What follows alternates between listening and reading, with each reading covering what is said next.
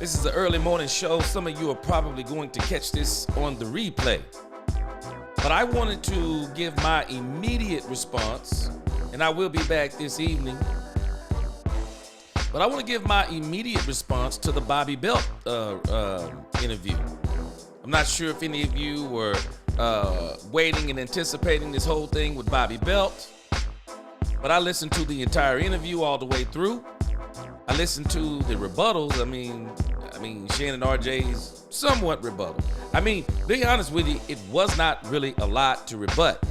But this video, this live, is going to be about the Bobby Belt conversation about Mike McCarthy.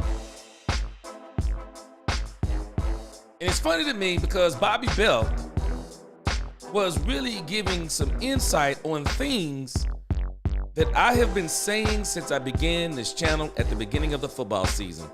I have been saying these things about Mike McCarthy, and Bobby Belt clarified so many of these things.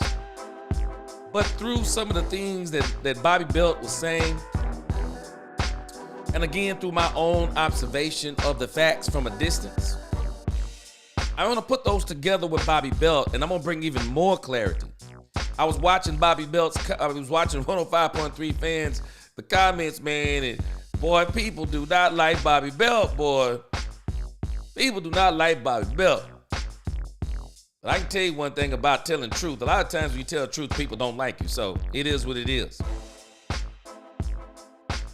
But I'm about to unleash on this entire issue as it pertains to Mike McCarthy. Because I'm tired of the national media trying to make Mike McCarthy into a sympathetic figure. Mike McCarthy is not a sympathetic figure. Brandy, what's going on? Did you check out the interview this morning?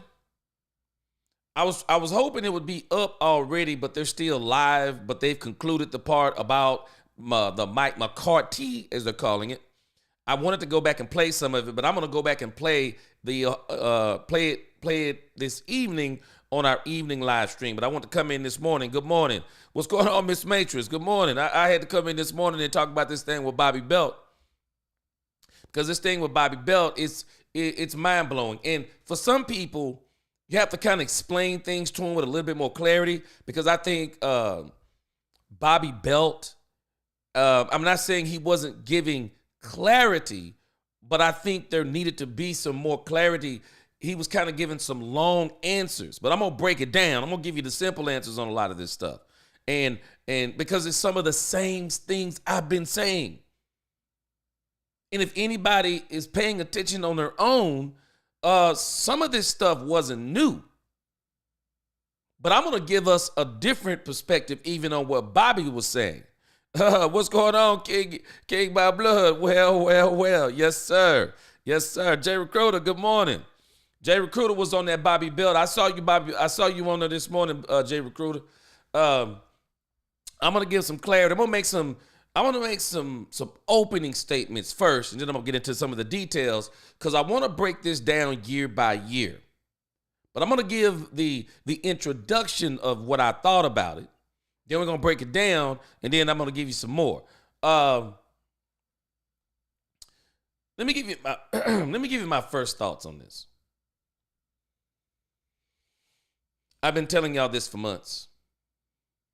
I've been saying this for months. And I'm telling you again. Mike McCarthy said it this week. I said it last week.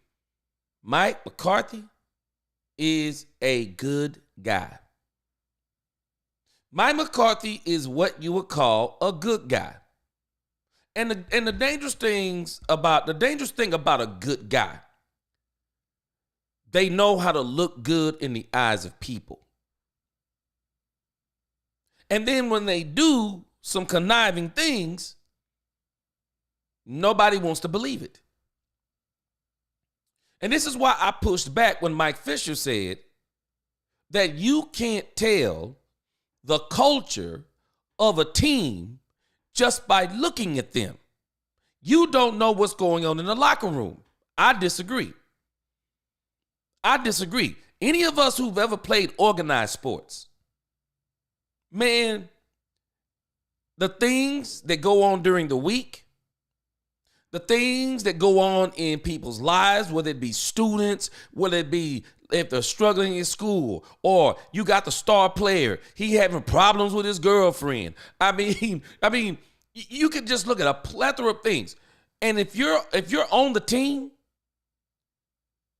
like, okay, I know why this performance wasn't this, and I know why this performance wasn't that. And if you're watching that team, if you've been watching that team for years or months, and you know that there's one way they play, you know there's a certain way they play, and then when you're looking at them play this week, you're going, something isn't quite right. Or when you're looking at what they used to be as a team, and now you're looking at them now as a team, and you're going, something isn't quite right.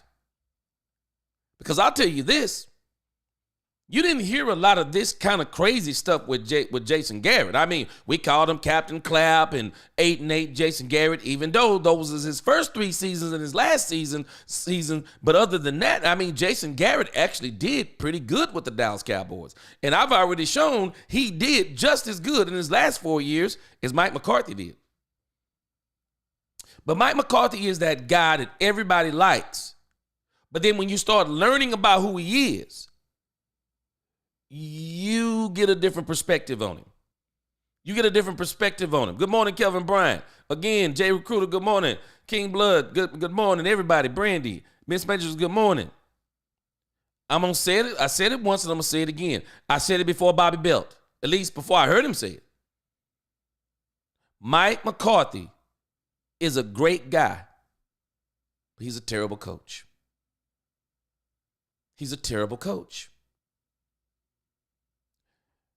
And my problem with Mike McCarthy and my problem with Jerry Jones, I'm going to make sure I say the part that Bobby Belt didn't say.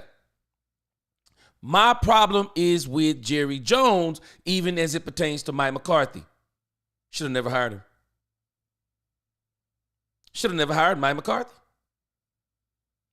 Mike McCarthy should have never been the coach for the Dallas Cowboys. He should have never been the coach for the Dallas Cowboys. Darren, what's going on? He should have never been the coach. This is a Jerry Jones issue. He should have never been the coach.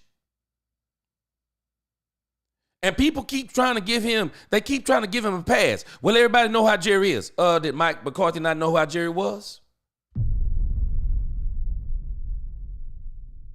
Did Mike McCarthy not know who Jerry was, how Jerry operated? So you're telling me that Mike McCarthy didn't know who's not been saying how Jerry operates his team? But Bobby Belt let us in on something. And now again, we got to let Mike own this stuff. Didn't Mike McCarthy tell y'all himself when Dak Prescott kind of spoke out? Didn't Mike McCarthy tell y'all himself he's got some control on this team? Bobby Belt has expressed as much. Mike McCarthy needs to own some of the problems. Jerry is the main problem, but Mike McCarthy needs to own some of these problems of this team over his 5-year tenure. And I'm telling you, what have I been saying about Mike McCarthy? I'm a broken record at this point. I know about Jerry Jones. I know Jerry Jones didn't get him the players that he wanted. I know Jerry Jones medals, and we know Jerry Jones wants to be the face of the team. And Jerry. We know Jerry Stephen Jones is cheap. We know all these things. But what did I say? Mike McCarthy. He never controlled the parts he could control. And now, as we're going to start breaking all of this down on top, or reacting to how Bobby Belt broke this down, and I'm going to try to break it down even clearer. Now we know the rest of the story. Mike McCarthy was one of the biggest problems in the locker room. I said this before I heard this interview the other day. I said, so I said in my video, how do you build a team? How do you build a team when you're at odds with the quarterback? How do you build a team when you're at odds with the offense coordinator? How do you build a team when you're paranoid against the defense coordinator? How do you build a team when you're paranoid against certain players in the locker room? How do you build a team when you're actually looking at the team side-eyed? Mike McCarthy underachieved with this team. And let me make these 3 statements. Well, 4. Number 1, again, Mike knew what it was when he came in. Any girl who dates a player and try to make him her husband, shame on her, because she knew what it was when she got with him. She knew she was just on the roster. So why we gonna blame him for cheating on her when we already know? No, he wasn't cheating on her. She thought he was her boyfriend, but he never looked at her as his girlfriend. She knew what it was. Same thing with a guy. A woman put him in the friend zone. He get all in his feelings. He giving her money, doing everything he can for her. But all she does is give him sideways hugs. He wondered why he not getting kisses and everything. You knew what it was. When you know what it is, you don't get to complain about what it is. Folks always trying to change things when they get in. No. You know what it was when you got in there. So the only part you're going to be able to control when you get in there is the parts you can control. But everything else, you know exactly what it is. Mike knew what it was when he signed up. And what Mike started trying to do is Mike lies to get the job, how some people do on a job when they go for a job interview. He lied to get the job. He knew what it was, but then when he got in, he tried to change it. Nah, you don't get to change it when you get in. You don't get to change it when you get in. Jay Montez said, yes, he underachieved based on the credentials he was supposed to have. Watch this. Now, some of y'all are about to get a little bit upset, so just hold on. Now I give Dak Prescott even more credit.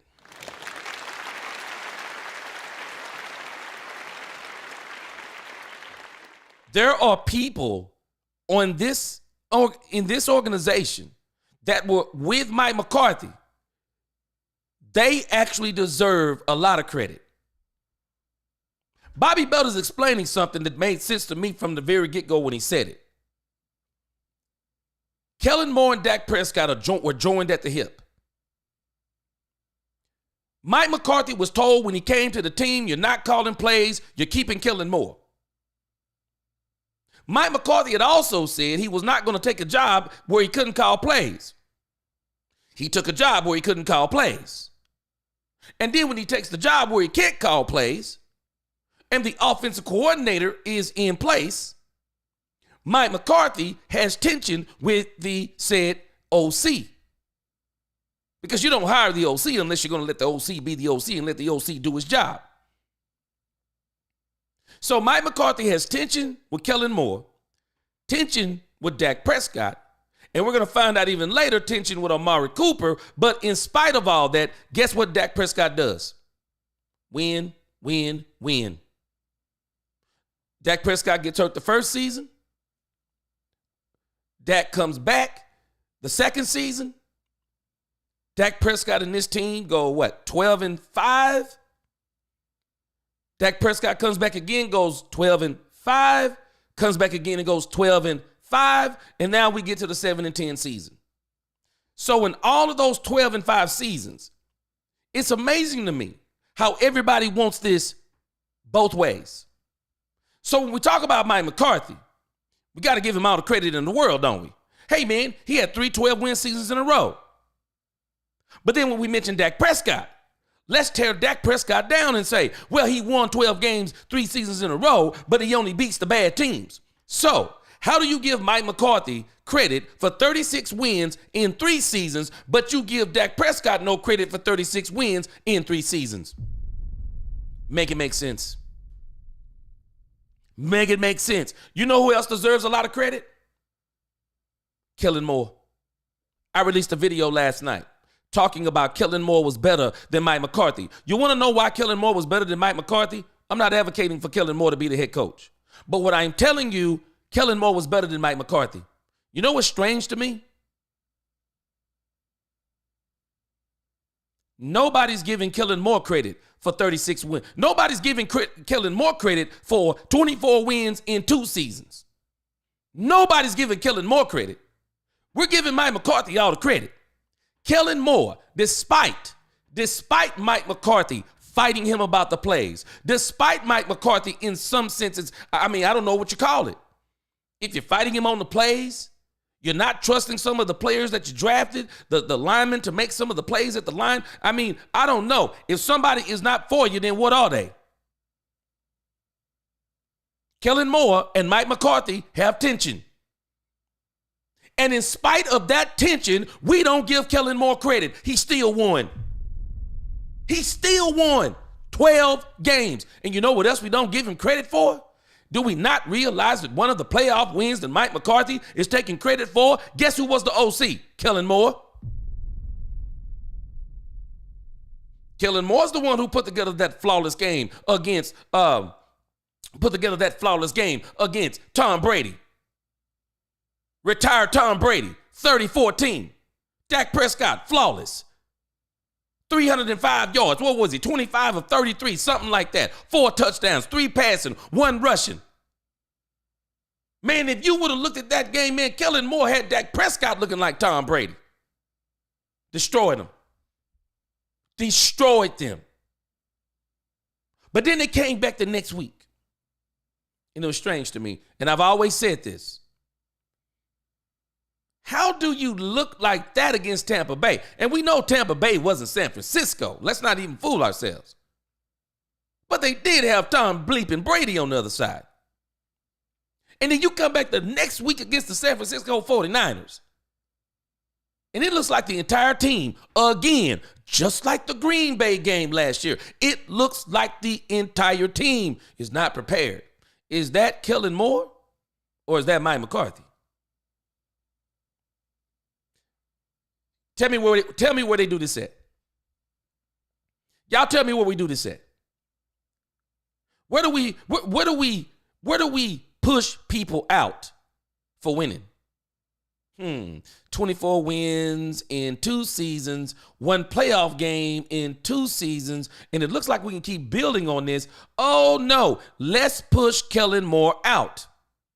Now, Bobby Belt put us up on some more game, and we're going to talk about this in just a moment as it pertains to Kellen Moore and the way Kellen Moore lost. I knew Mike McCarthy pushed him out. Everybody knew that.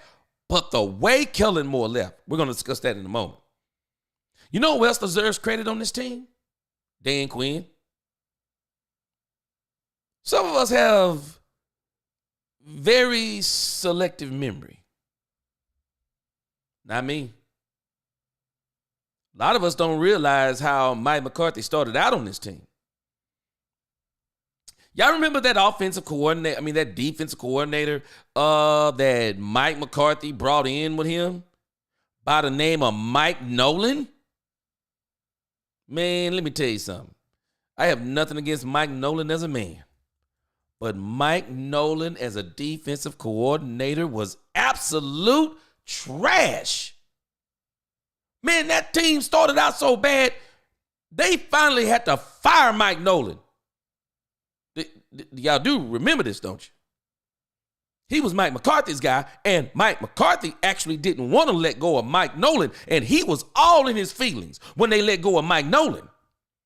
I know some of us might not remember that. Man, Mike Nolan was terrible.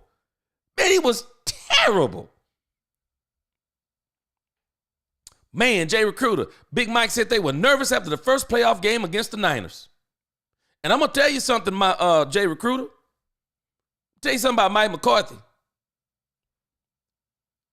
Green Bay Packers live in his head. He still hadn't beat Matt LaFleur. San Francisco 49ers, they live in his head. We couldn't beat the San Francisco 49ers with him as the coach. And if you think about the 49ers game, I just wonder if that game is entirely different. Because we actually had a hold on that game until Tony Pollard went down. Now, I remember, like yesterday, they were saying this. The issue was with the Cowboys. The issue is with the Cowboys in that particular San Francisco 49er game. It was being said that Tony Pollard was supposed to be 50 to 60%. He was supposed to be 50 to 60% of the play calling. So what do you do when he goes down? Because Zeke couldn't do it. What do you do when he goes down? What do you do when Tony Pollard goes down in that game? What do you do? It's one of those things that no one ever thinks about. I mean, what do you do? What do you do? That game changed. So now, where you knew you probably didn't need to be throwing on the San Francisco 49ers, now where you know you probably don't need to be throwing on the San Francisco 49ers the way that they did, now you got to change up your game plan.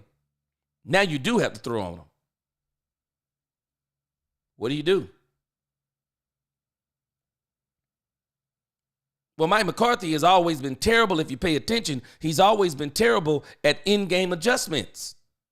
They did nothing. They let Dak Prescott commence to throw the ball, and there was pretty much nothing they could do, and they're out in the divisional round. But I'll tell you this, even in all that, how much credit do we give Kellen Moore? 2 12-win seasons as the OC, but we're giving Mike McCarthy all of the credit for the wins, but we're not necessarily giving him the Otis for the losses. No, Dak gets the credit for the losses. Kellen Moore gets the credit for the losses. That's why and we're going to see now why he got pushed out. But when we start talking about Mike McCarthy and Jerry Jones doing him wrong, all everyone keeps harping on is, hey, man, he got 3 12-win seasons in a row. Man, let me tell you something. I wouldn't bring some of y'all might like Mike McCarthy. I'm not bringing Mike McCarthy in for an interview. Other than, I give Mike McCarthy this credit. I do think Mike McCarthy, in some weird way, he can give you some insight. I think he knows the game. I think he knows the game. I think he can help you in some ways of how to maybe do some things with your quarterback. How do you do this with your team and build a team, develop players? He can help you with that. Problem is he can't coach.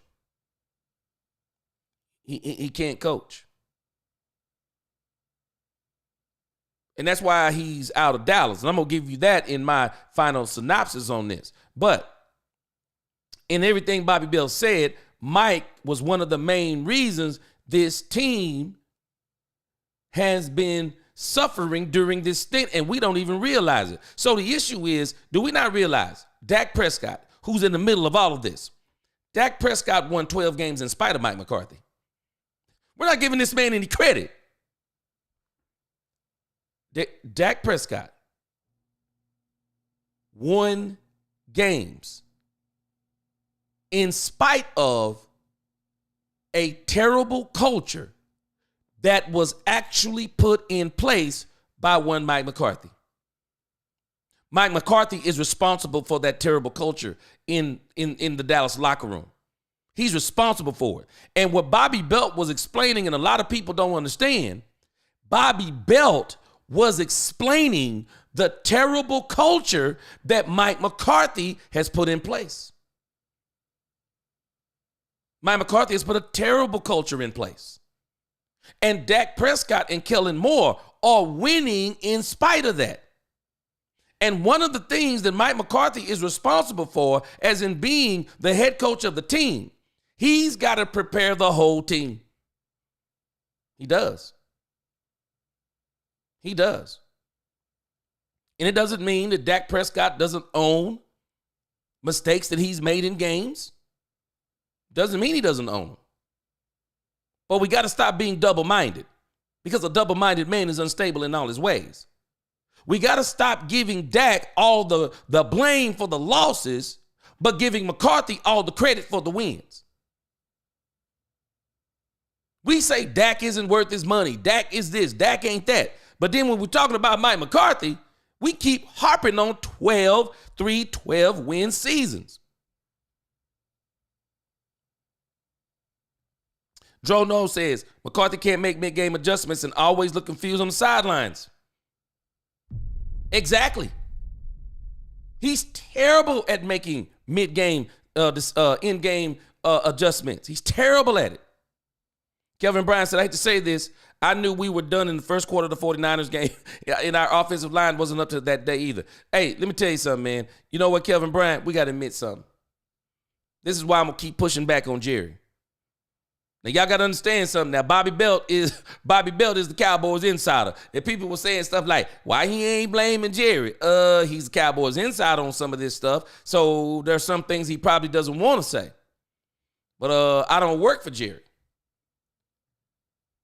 I'm going to push back on Jerry, too. Because, Kevin Bryant, to be honest, I know we don't want to admit this, but the 49ers were better than us.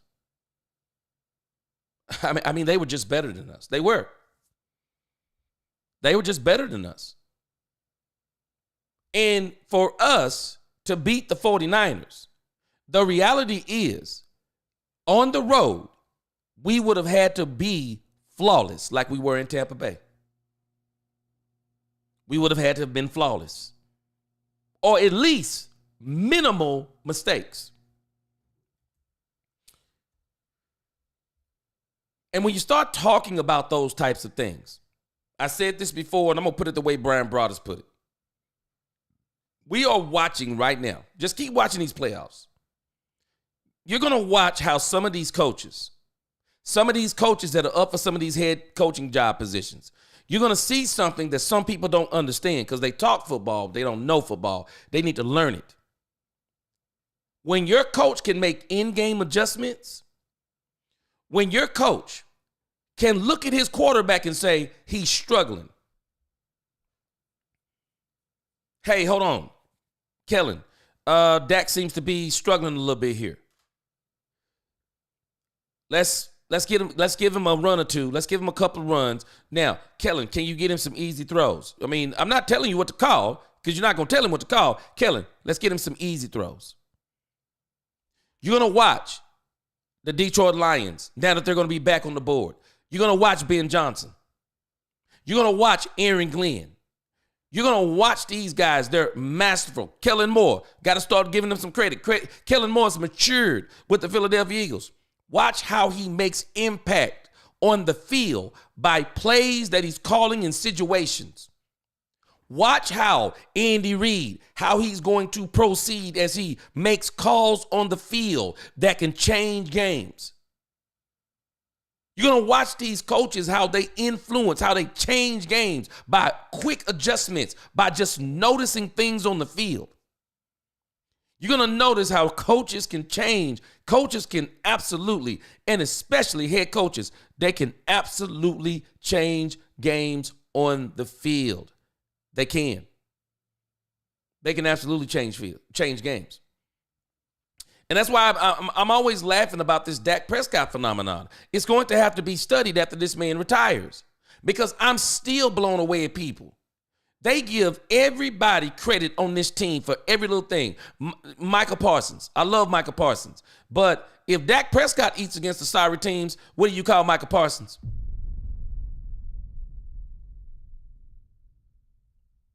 Is he eating on the bad teams? Go look at his stats against the bad teams. Go look at his stats against the teams that got good tackle and guard play. Go look at it. Go look at Michael Parsons' stats against the good teams. Go look at his stats down the stretch. Go look at his stats in the playoffs. This media will blow Michael Parsons up, putting him in the same breath and categories as Lawrence Taylor. This is one of the reasons why Mike McCarthy, if we don't stop this talk with Michael Parsons, he's never going to reach his potential. Michael Parsons can actually be better than what he is. I think he's out of position. A lot of people argue that he's not, but I think he is, but I won't have that argument today. But I'm saying this because Bobby Belt is saying something that I've noticed on this team. And I've been saying this for a while. They don't seem like a team. They don't seem like a team. They don't. They don't seem like a team. And now we know why they are not like a team, because Bobby Belt starts breaking down some instances, and I'm going to go through this from 2021 all the way up until now. So let's think about what Bobby Belt talked about in 2020. So the Joneses hire Mike McCarthy. I hope they don't make the same mistake this cycle. Now, I'm laughing at folk who said that Jerry Jones don't have a plan. You're wrong. And I told you were wrong about this. It's being reported now.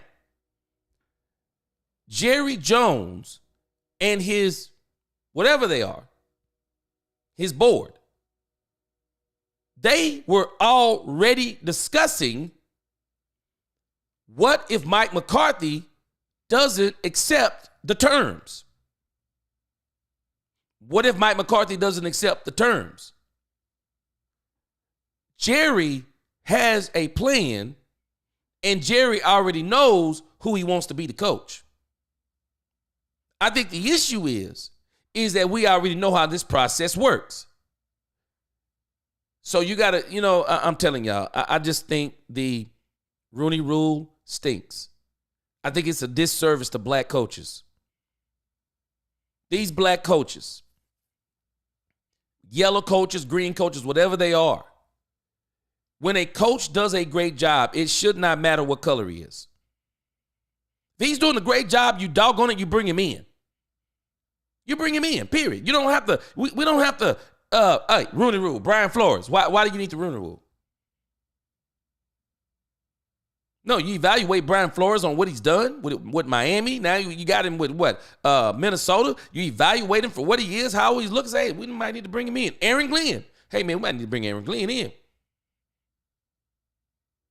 Now we got Frazier coming in. Now we got Robert Saleh coming in. Okay, if you have evaluated them, please don't let them be Rooney Rule interviews. No, you bring them in because you're actually considering them. Now, Robert Saleh, I think they might actually be thinking. But then when I saw Frazier, I'm kind of like, I haven't even heard his name in a while. I mean, I really hadn't just really heard his name. I'm going to do some research on him in the next couple of days. But the Robert Saleh name, I could see. He's a great DC. That also means the Cowboys are going to have to make a decision on Al Harris, because Al Harris will probably start getting out there and making the rounds if they don't decide to keep Al Harris. But I'm saying I hope the Cowboys take their time. And I'm not saying wait all the way to March. Can we at least wait 3 weeks? Can we at least start getting through some interviews? Can we at least interview some people? Because I'm going to tell you, I think Jerry knows who he wants. So, remember what I told you about Mike McCarthy, why no one should have been crying about the Chicago Bears interview? Because let me tell y'all something. If the Chicago Bears want Mike McCarthy, all those other interviews are just in case Mike McCarthy don't take the job. If the New Orleans Saints want Mike McCarthy, all those other interviews are in case Mike McCarthy doesn't want the job. When somebody wants you, any other interview, they are nothing but if you don't take the job. That's all they are. And the only way somebody gets a job that somebody wants you for, you better believe. If my mind is on you, man, this person better roll up in this interview. Man, they better turn cartwheels. They better say some things and do some things that are absolutely mind-blowing. Because if I got my mind on you, you're going to be my coach. Marlon Brando. That's the story of a lot of teams. This is not a Cowboy story you're telling. You said we needed one TD to beat the 49ers in both playoff games, just one TD. True. It's a story of a lot of games. Some teams don't even need a touchdown. Some teams just need a field goal. That's all they need. It's a story. But I'm going to tell you this. But when you got the right kind of coach, when you got the right kind of system, the right kind of team, man, sometimes that team can get you that 7 points. I'm not talking about that quarterback. That team can get you that 7 points. Kevin says, gee, I also think one of our problems is that Jerry Jones hypes other teams with the way he runs his mouth and makes it worse. Yeah, to some team, their Super Bowl is the best, is best. The Cowboys. Yeah, I know exactly what you're saying. Sometimes Jerry talks up other teams a little too much. He's done that. He actually did that a lot this year. He talked up a lot of these teams. I think he was talking them up because it was an excuse for him to lose. But he talked up a lot of these teams. Mike Lewis.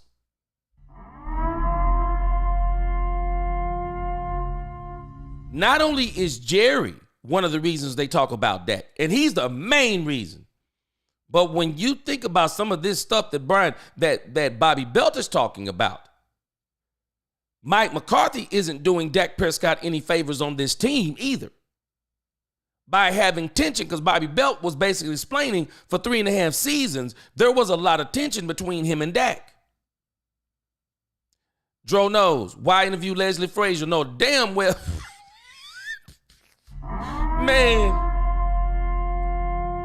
Dro, when they said Robert Saleh, I said, okay, I could really see them maybe if they don't look at him as the head coach, they could look at Robert Saleh as the DC. Leslie Frazier, Dro. I'm with you, man. I just think that one is that's pitiful. Keith Beecham said, gee, I'm an Eagles fan, so take this with a grain of salt. Be careful about swallowing in-house propaganda. All front houses do it. Jerry is the master. Oh, don't worry. I live in DFW area. I know how Jerry operates. Now, watch this. 2 things can be true. I believe what Bobby Belt is saying. Percentage-wise, it could be somewhere between 70 and 100. But where there's smoke, there's fire. Because Bobby Belt explained at the beginning. The sources gave him this stuff. This is inside information from sources in and around the team. And don't you dare discount this. I told everybody this the other day. Don't y'all discount this. Brian Broaddus. Brian Broaddus used to work for the Dallas Cowboys. Brian Broaddus still has a lot of ties with the Dallas Cowboys. I guarantee you some of Bobby Belt's sources is none other than Brian Broaddus. And Brian Broaddus still has sources on the inside of the team. Now, let's go to what you're saying, Keith Beecham. Because in that Eagle, I was telling some folks a couple of weeks ago, and you can probably verify this, or you can verify this, the Eagles fan base is very tough too. There is some crazy folks in the Eagle fan base. And they have crucified Jalen Hurts in the past. They be getting on Jalen Hurts like some of the fan base here gets on Dak Prescott. I mean, they be ripping Jalen Hurts to pieces. I mean, we know they ripped the Sirianni to pieces. And so a lot of this talk goes around on teams. It does. A lot of this talk goes around on teams. But the issue is, and what I have with Mike McCarthy, so you already know the situation on this team. What this team needs is a coach who says, so I know all the junk that goes on upstairs, so let me make sure I'm not a part of it. Let me control the parts I can control myself. And so one of the things that Bobby Belt is really explaining is the insecurities of Mike McCarthy is why this team was never a team, and why we say this team won 3-12, it was 3-12 win seasons in a row. I wonder, could we have won more than 12 games? I mean, could we have won more than 12 games in those seasons?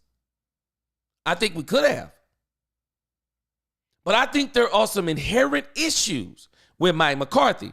And so you think about the breakdown of he comes here in 2020.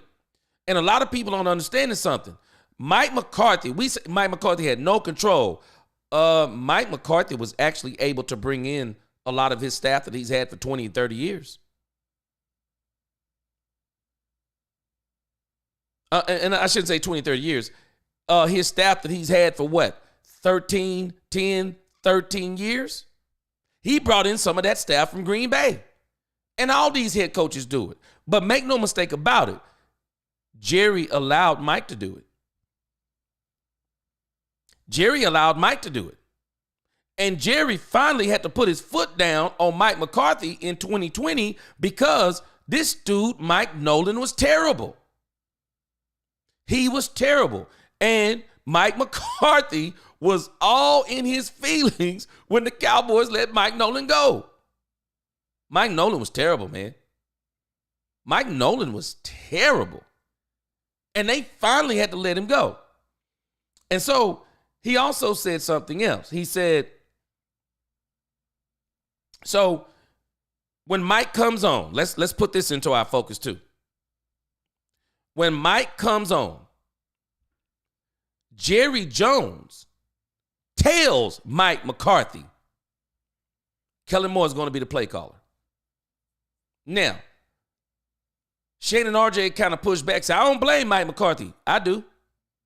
Don't take the job.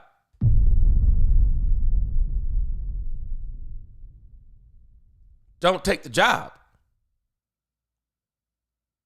Do we not understand that when you go for a job interview and then they say, we want you to work for us, here are the terms of the agreement? Do we not realize that if the terms of the agreement are not right, we have the right to say, hold on a second, I don't like this. Can you change it? And if they're not willing to change it, do we not realize then we have the right of refusal? We can refuse the job. So in 2020, Mike knew what it was. So why come in Kellen Moore, the play caller, and then you start having tension with Mike, you start having tension with Kellen Moore. And if you got tension with Kellen Moore, then you got tension with Dak Prescott. So why is this your response? If it is what it is when you come in, then you have to live with what it is. And Bobby Belt is talking about how Kellen Moore started feeling some type of way about Mike McCarthy because Kellen Moore said, hold on a second, man. I'm the OC. I'm the OC. So let me do my job. Let me do my job. And Mike, even though he's not the play caller, it's obvious he wants some input on the play calling. Tension. There is nothing worse than being hired for a job and then somebody who obviously wants the job keeps telling you you're not doing the job right. Because they used to do the job and they feel like they can do the job better than you. And that's what I'm telling you. I read the statement the other day. Mike McCarthy says, well, Kellen Moore wants to run up the scoreboard. Well, doesn't every offensive coordinator want to run up the scoreboard? Tell me the offensive coordinator. Tell me the offensive coordinator who comes into the season saying, hey, guys, so this season, I want to average 20 points a game. If we average 20 points a game as an offense, man, that'll be great. You're fired. You're fired. I want an OC talking about, hey, man, I want to score 35, 40. I want to score 35 points a game, minimum. Okay, I want to work for him. Because obviously he's going to tell us how we're going to do this. Or either we got the players to do this. Whatever the case may be. I want to run up the score on teams. I want to run it up. I don't know who. I mean, maybe y'all different. Sometimes people say stuff like, yeah, man, I don't want to watch no blowout game. I do. When it's my team. Now, when it's your team. When it's your team, I don't want to watch a blowout. I want a nail biter. I want a nail biter when it's your team. Because I want to be, I want your team to keep my interest because you're not my team. I don't like your team, so I need a nail biter to be interested in your team. But when it's my team, I want 28-0 in the first quarter. I don't know where y'all from. I don't know where these folks from. Oh, man, I want it to be a game. Not me. I want my team to be absolutely dominant. If it was up to me, I want them college scores. I want to run out on teams 56-3. I want 49-12. I want a team that literally buries teams. I don't want to be like Marlon Brando talking about, hey, man, all we needed was one touchdown to beat the San Francisco 49ers. No, I don't want to need one touchdown. I want my team, if I could do it for 17 games, you know what I want? I want my quarterback sitting down in the third quarter. Hey, man, third quarter up, sit down. We up on this team 49. We up on this team 49-6. We gonna let the backup get some work in. We about to put in the backup players and let them get some experience for the next quarter. I want blowouts. So when Mike McCarthy says Kellen Moore wants to run up the score, Then goes, hey, but I'm the head coach and I'm calling the plays, so I'm more in tune with the team. I don't think so. Because everything that Bobby Belt said showed Mike McCarthy was never in tune with the team. Maybe in 2023? He was in tune with the team. He got to call the plays, but we're going to get to 2023. So when we think about everything that Bobby Belt is saying, and I'm going to find this clip because I'm going to do a video separately on this. But Bobby Belt brought up a clip of Brandon Carr where the Atlanta Falcons had left the microphone on. And Brandon Carr basically said the coaching staff in Dallas was trash. This was Mike McCarthy's coaching staff. And y'all remember, Bobby Belt brought this up. I remember it now, but I hadn't thought about it. Y'all remember, I forgot the game that Andy Dalton got knocked down on the sideline and none of the Dallas Cowboys came over to even try to fight the team or whatever the case may be. And a lot of people were mad about that because they were saying that this is a sign of the mentality of the team. I agree. And the issue is what Bobby Belt is pointing out, whether people accept it or not, what Bobby Belt is pointing out is that Mike McCarthy built a bad culture. He's responsible for that because of the way he viewed things. You think about it. He stepped in the door. He knew what it was. He got tension with Kellen Moore. Why are you doing that? Why are you giving Kellen Moore problems? Why are you giving Dak Prescott problems? Why are you doing these things? And Bobby Belt let me in on something else I'm realizing about Mike McCarthy. Mike McCarthy was very manipulative through the media. And this manipulation starts to take fruition. This manipulation begins to take fruition around 2022. But I'm going to show you another part, another crazy part, and this begins to happen in 2021. And I thought this was very interesting. So, the Joneses in 2021, they start pushing back on Mike McCarthy immediately because of his failure. His staff was a failure. So they start pushing back on him. And you know what the biggest pushback on Mike McCarthy was? Freddie, what's going on, man? You in the crib.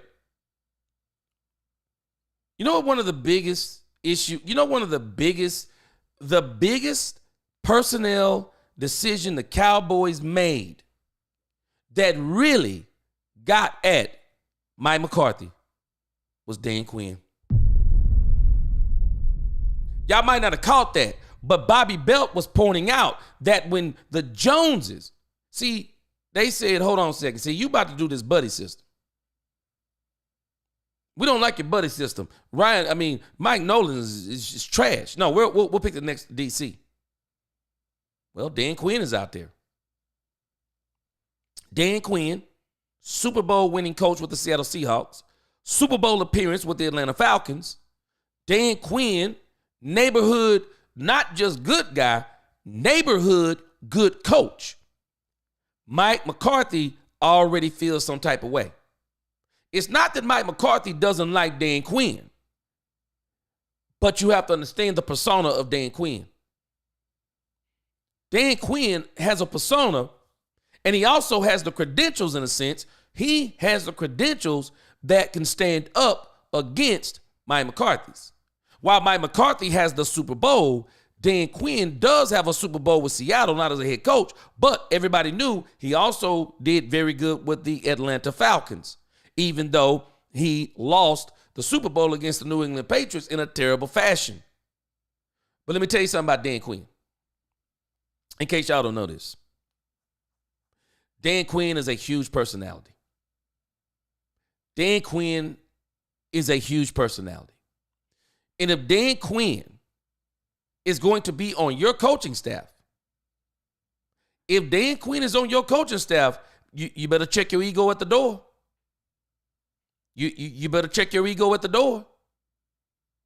Because if Dan Quinn is your defense coordinator and you start messing up,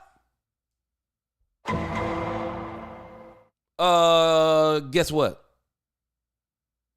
We don't have to look for a coach anymore. You start tripping up in this piece, we'll give the job to Dan Quinn. We'll fire you, let Dan Quinn take over, see what he does for half a season, then we'll give the job to Dan Quinn.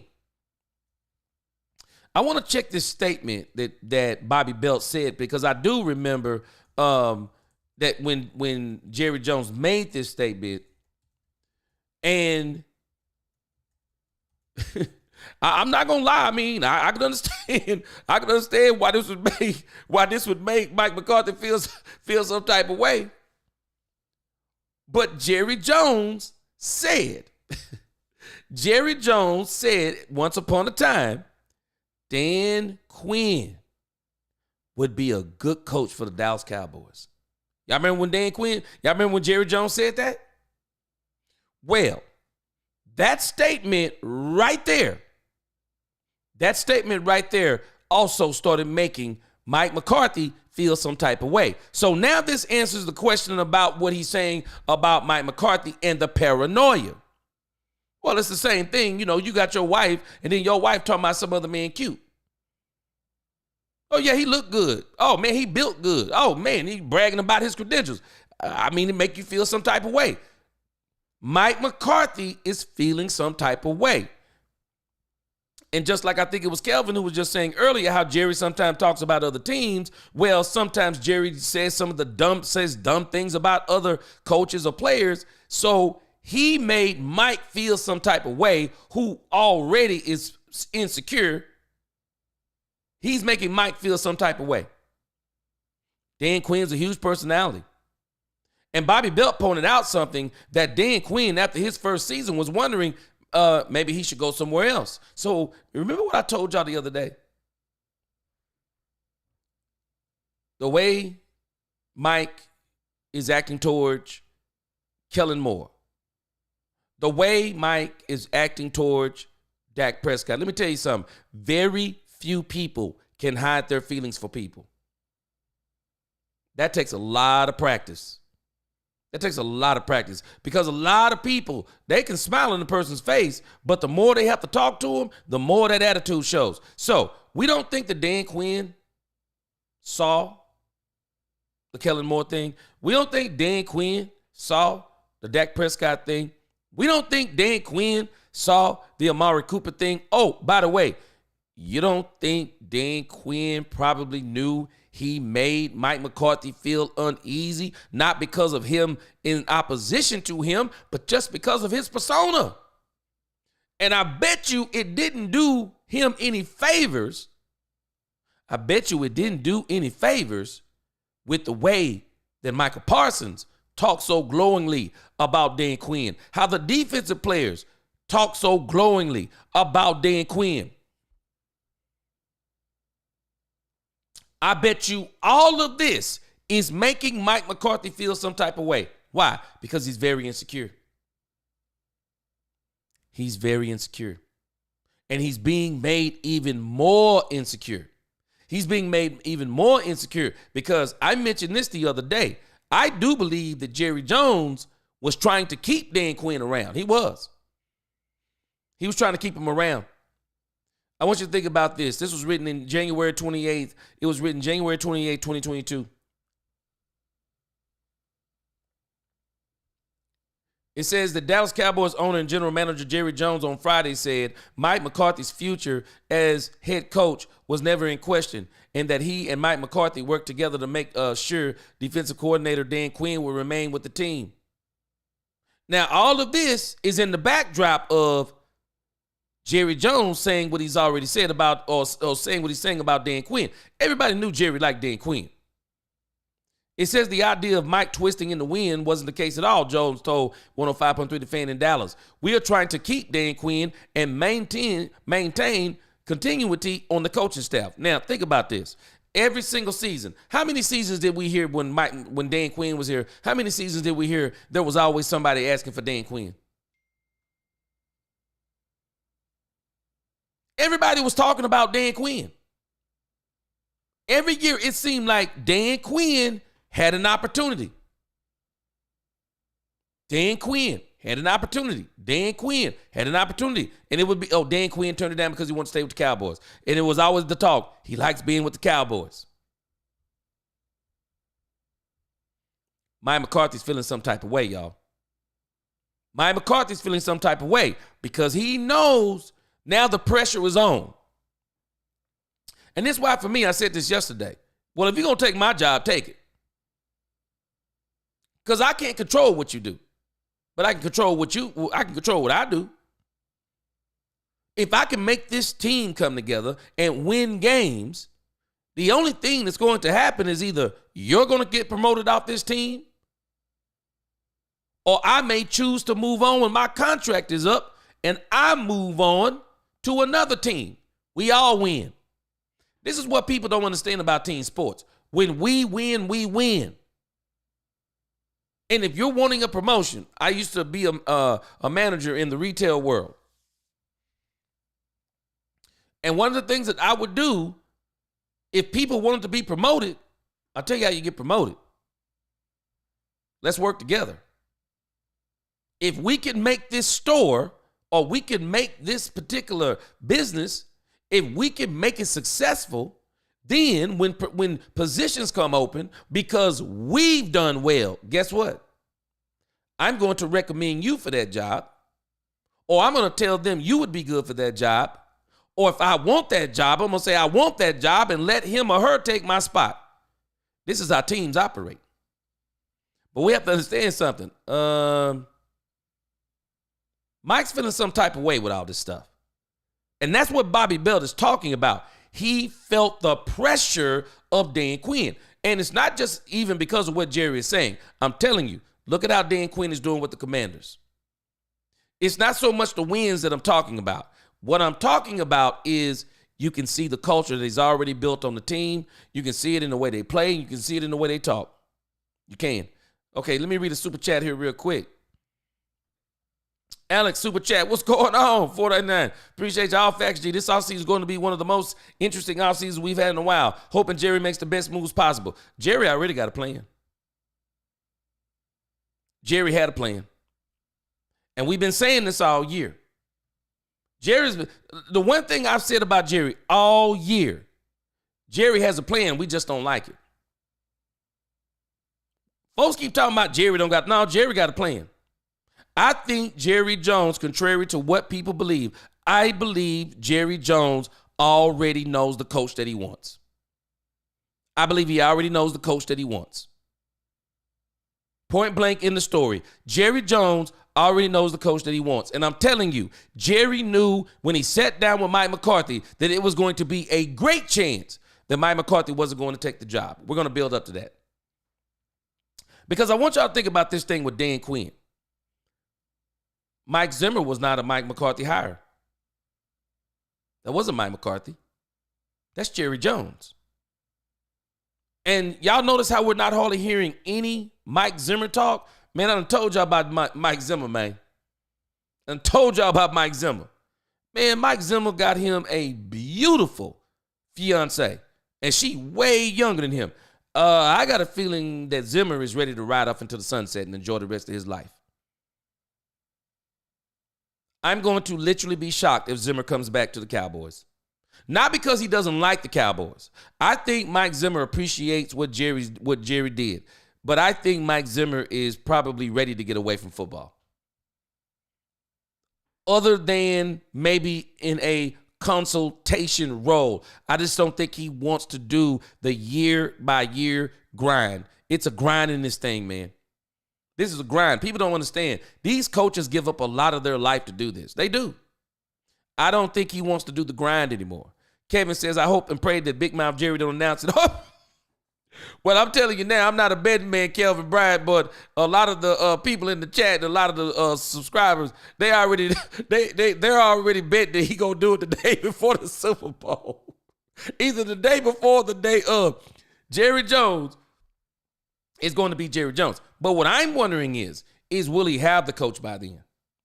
Because I got a feeling Jerry's going to probably do some interviews this week. He'll probably do a couple of more interviews next week. And then we'll probably get into the incubation period, and then we'll see what happens. But I think he's already got his mind made up. I think at the end of the day, the only thing we're looking at is, will somebody change Jerry's mind? Because I think his mind is made up. I really do. I think Jerry's mind is made up. And I think when they called Mike McCarthy, when he sat down, him and Mike McCarthy sit down, Jerry already got he already know what he's going to do. Because guess what? That coach that he wants was still going to be a part of the plan, even with Mike McCarthy. And I think that's one of the issues that bothered Mike McCarthy. Everybody talking about, hey, man, it was the number of years. Man, miss me with that mess. You telling me they sat down, they said for 10 hours? And it was that made Mike McCarthy go after the 10th hour? Nah, man, I ain't doing this. Everything else look good. You have to understand, the straw that broke the camel's back means that there were already straws weighing down the camel. There were already straws weighing down the camel. And I would love to have been a fly on the wall, because I got a funny feeling that Jerry Jones was telling Mike McCarthy a whole lot of things that he didn't like. Because, isn't it strange? Mike McCarthy was fired from Green Bay because they said he lost the grasp on the offense. Didn't know how to use his weapons. Blah, blah, blah. Right? You don't find it to be strange that Jerry brought Mike McCarthy in and immediately said, you're not going to call plays? Why would he do that? What made Jerry make the decision immediately that Mike wasn't going to call plays? I want y'all to think about this. In 2 of those 12-win seasons, the OC is none other than Kellen Moore. He's the OC the first 3 years. 4th year, 12-5 season again. That's Kellen Moore's. That's a hybrid of Kellen Moore's offense with the option routes taken out. Some West Coast thrown in a couple of more wrinkles. But Mike McCarthy already admitted it. He kept some of the system. He kept a lot of the system for Dak Prescott's sake. So can we really give him the credit for Dak Prescott throwing, 36, 37 touchdowns? Why do we give Mike McCarthy that credit? I bet you Kellen Moore was somewhere punching the wall. The Cowboys have not put up the points. They have not put up the points that they've put up with Kellen Moore and Dak Prescott. They haven't done it. Kellen Moore hasn't done none of the stuff he did with Dak Prescott. He hasn't done it with anybody else. I'm not advocating for Kellen Moore to come back. Believe me when I tell you. But I'm just telling you that, man, this dude, Kellen Moore, gets a bad rap. He does. What's going on, ABC? Yeah, I did a video on Doug Peterson. I think Doug Peterson could maybe solve some of this team's problems. Doug Peterson has not had success in the regular season, but we don't have to worry about that with the Cowboys. If there's one thing that Dak Prescott has shown this entire franchise, whether we accept it or not, think about the wins that Dak Prescott has accumulated. Think about the wins that Dak Prescott has accumulated with this team, no matter who was the coach. And people do not give this guy enough credit for this. Dak Prescott has been with Jason Garrett. He was able to accrue 13 wins in his rookie season with Jason Garrett. I want y'all to think about this dude's. Man, people do not give this man enough credit. Dak Prescott, 13-3, 9-7, 10-6, 8-8. This is Jason Garrett. Now, I want you to think about this whole thing with Dak Prescott. See, what really makes Mike McCarthy what makes him look extremely well is the 3 12-win seasons in a row. That's 36. But if you look at Dak Prescott from 2016 to 2019, you look at what's that? 21, 31, 40. Got 40 wins with Dak Prescott.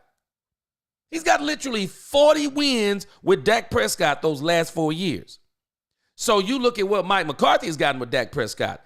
What's that? 13, 21, 33, 36. What are we talking about? What are we really talking about here? And at the end of the day, Dak Prescott has won what everybody's played with. All of them. Jason Garrett,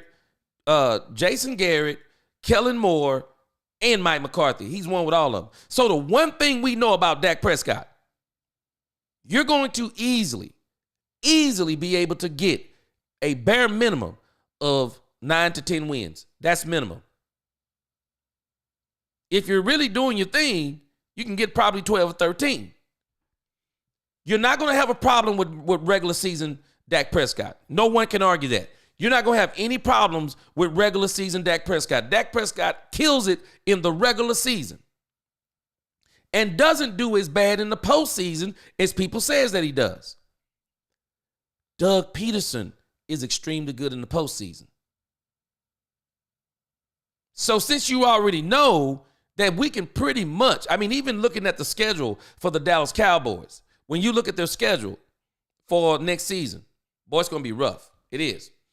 But if you look at that season, easily, there are automatically, I believe, 8 wins. Automatic. This team healthy, if you add no players, can win 8 of those 17 games next season. 8 of them easy. So what you're going to do now when you go to the draft, free agency, whatever you're going to do in trades, now what you're about to do is you're going to assure, now how do we get the other 3 to 5 games? Because you got to figure in, I figured there's 8 guaranteed wins. So you might lose 1 or 2 of those. That's 6 wins. So now you got to figure out, okay, now how do we get the other 3 to 5 wins? Which will get us somewhere between 10 to 13 wins.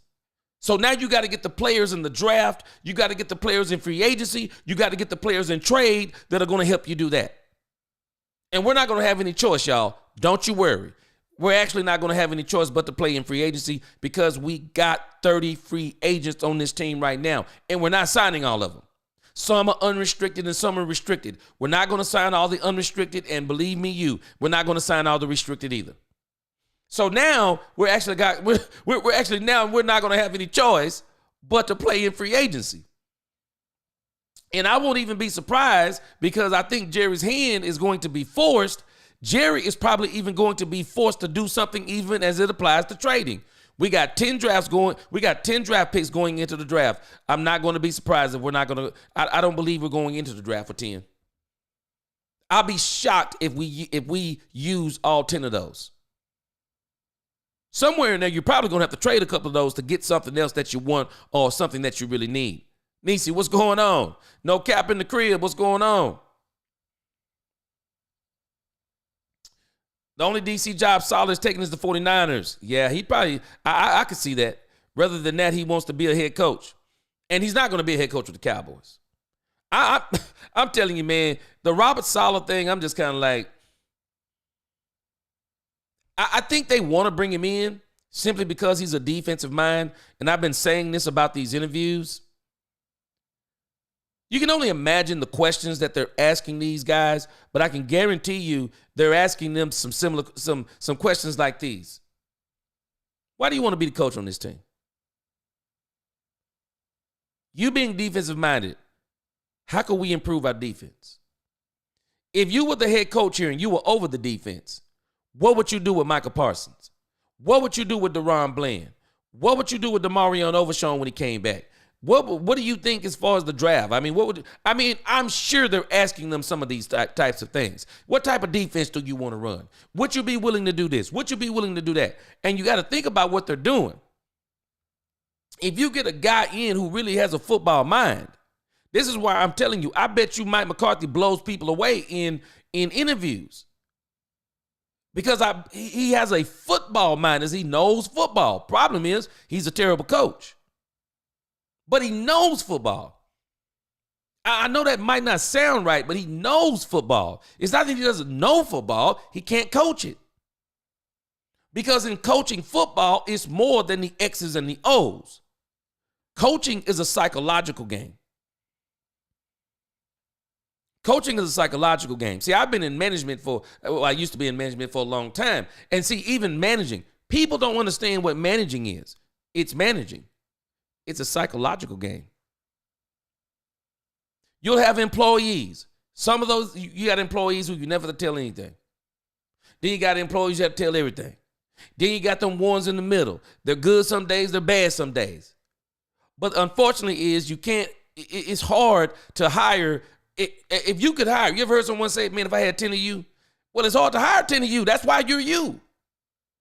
That's what make you on your job. You so special at your job that you. Man, if I had 10 of you, well, you can't have 10 of me. Because if you had 10 of me, then would I really be me? This is what makes me unique, is because of how good I am in my job.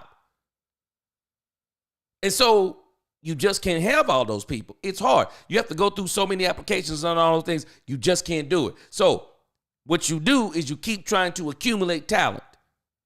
You know who you got in different spots, and then wherever you can, you keep trying to replace with better and better and better. But at the end of the day, you'll also find something out. That if you can manage people psychologically, the art of management is making people want to do what you want them to do. If you tell them to do what you want, you're going to find sometimes there's going to be some resistance. You might say it the wrong way. They may not like what they're doing. But if you can psychologically make them want to do it. Hey, man, I need you to do this for me because, man, we're trying to be the number one store in the district. We're trying to be the number one business in the state. You set goals for them and the company that not only will benefit the company, but it benefits them. And man, if we do this and we do this, man, you get a raise, or if you want to get promoted, we can put you in some training program. You got to motivate people psychologically. You got to make them want to do their job. I know we don't like that language, but you do. You got to make them want to do their job. You got to make them want to work hard, because some people just don't think like that. And so it's the same thing when you start interviewing. When you start interviewing people, you're wanting to know a lot of these things because you want to know how can they manage the team psychologically. And if you think about what Bobby Belt has been saying in this interview, and some people didn't get it, he's basically saying that Mike McCarthy didn't manage this team psychologically. He didn't. And he pointed out something that I thought was very, very telling. He talked about in 2021 of how Mike McCarthy ran out of Amari Cooper. And a lot of us, we talked about it. I never understood the never understood the Amari Cooper trade, but now I understand it. Even better now. I don't know if y'all know this, but Amari Cooper is a different dude, is a different type of dude. He is. He thinks different.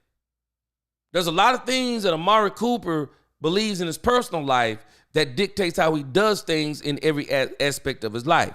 And some people were talking about he wouldn't get the jab and all of these different things. But let's take it a step further. Amari Cooper, I don't know if you've ever met people like this. And maybe for those of us who have children, and if you have multiple children, you ever notice that sometimes you got one child, like I got 4 sons. We got one of them, we can just say like, hey man, we need you to do this right here. He don't even question. Okay, got you. Then you got another son might say, oh, man, okay. Yeah, I'll do it. You can tell he's got a little reluctance. But then there's always this one child. You have to explain everything to him. You have to explain things to him because until it makes sense in their mind, they have a hard time doing it. Amari Cooper is that guy. He's that player. He's that guy that when you're doing something, you have to explain to him why you're doing it. And I know you got to think about it. As a coach, you just want to tell everybody to do things and they just say, okay, I got you. But then there's always this one person. And a lot of times they're not doing it because they're trying to be a mean person. This is how they have to process things. See, I'm one of these people. I have to process something. Not that I'm trying to be resistant. No, let me process it. Give me the whys of why I'm doing it. Don't just say I'm doing it because you want me, because you're my boss. Okay, that's cool and dandy. But in order for you to get the best performance out of me, can you tell me, why? What is going to be the result? What can we get from all of this? How does it help you? How does it help me? How does it help the situation? Make it make sense. We always say this, right? Well, that's what Amari Cooper. Make it make sense. Mike McCarthy took that in his paranoia as resistance. And I want you to notice, Bobby was actually saying that because Mike is obviously aware that there may be people who are saying certain things about him or people who may be pushing back against him without any proof, is basically what he said. He said without any proof. Mike McCarthy thought that Amari Cooper was one of those people that were making it hard for him in the locker room. And so Mike McCarthy used some of the shortcomings of Amari Cooper against him. It also seems from what he was saying that Amari Cooper didn't get along with the wide receiver coach. And so Mike uses that. Mike uses his pushing back. Mike uses the fact that Amari Cooper sometimes he would miss games or take himself out of a game because of an injury. Now, you got to understand how Amari Cooper thinks. Amari Cooper doesn't want to play injured because he knows that can lead to further injury. And we know that they want you to play injured on this team. Amari didn't want to do it. And then they used against him, he disappeared in games. I don't care what game he disappeared in. I would take Amari Cooper right now over every receiver we have other than CeeDee Lamb. Now, let me put all this into perspective, and then I'm going to read the super chat, and then I'll go through some of your comments. I don't know if y'all are thinking about this like this, but as a person, even in my profession now, of how I kind of help manage people's souls in a sense, this is very troubling for me.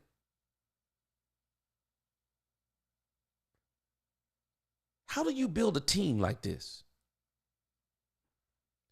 I want y'all to think about this.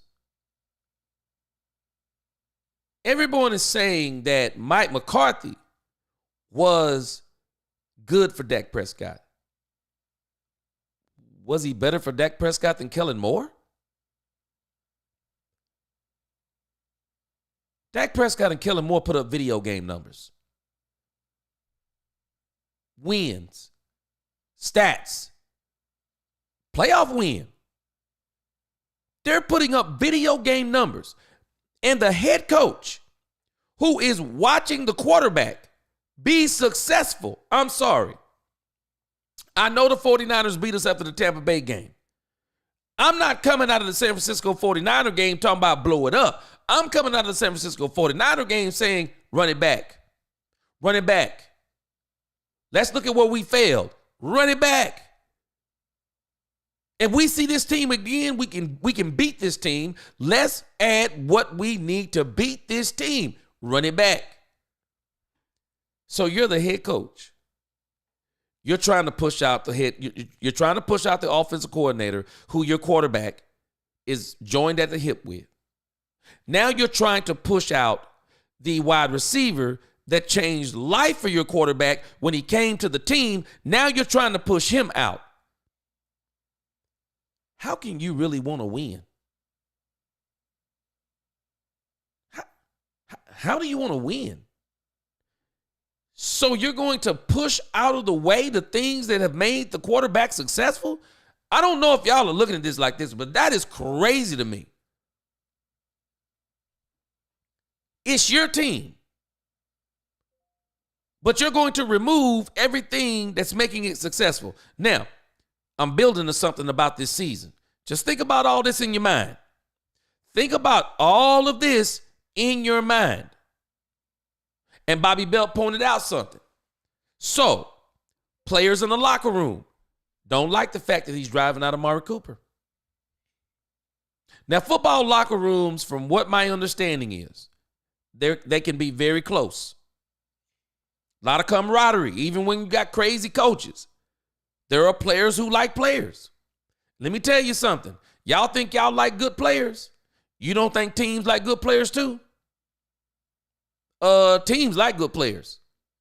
And I want y'all to imagine this. So if we're saying getting rid of Amari Cooper is crazy, what do you think the players are thinking? What do you think some of the coaches are thinking? What do you think people are thinking when they get rid of Amari Cooper? He's a major part of the team, a major part of the success. We don't give Dak Prescott enough credit.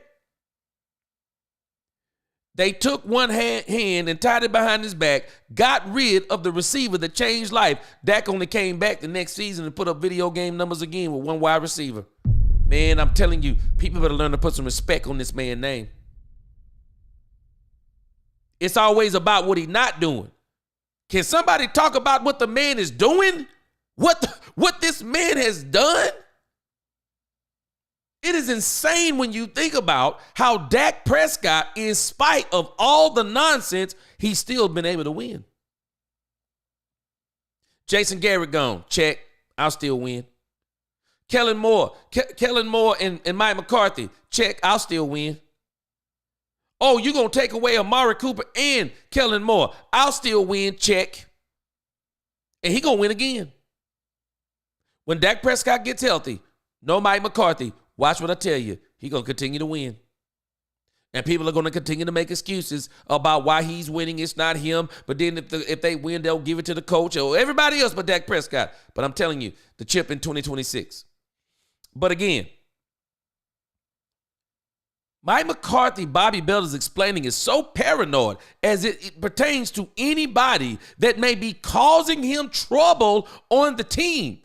He wants them gone. Amari Cooper is one of these people. It's crazy.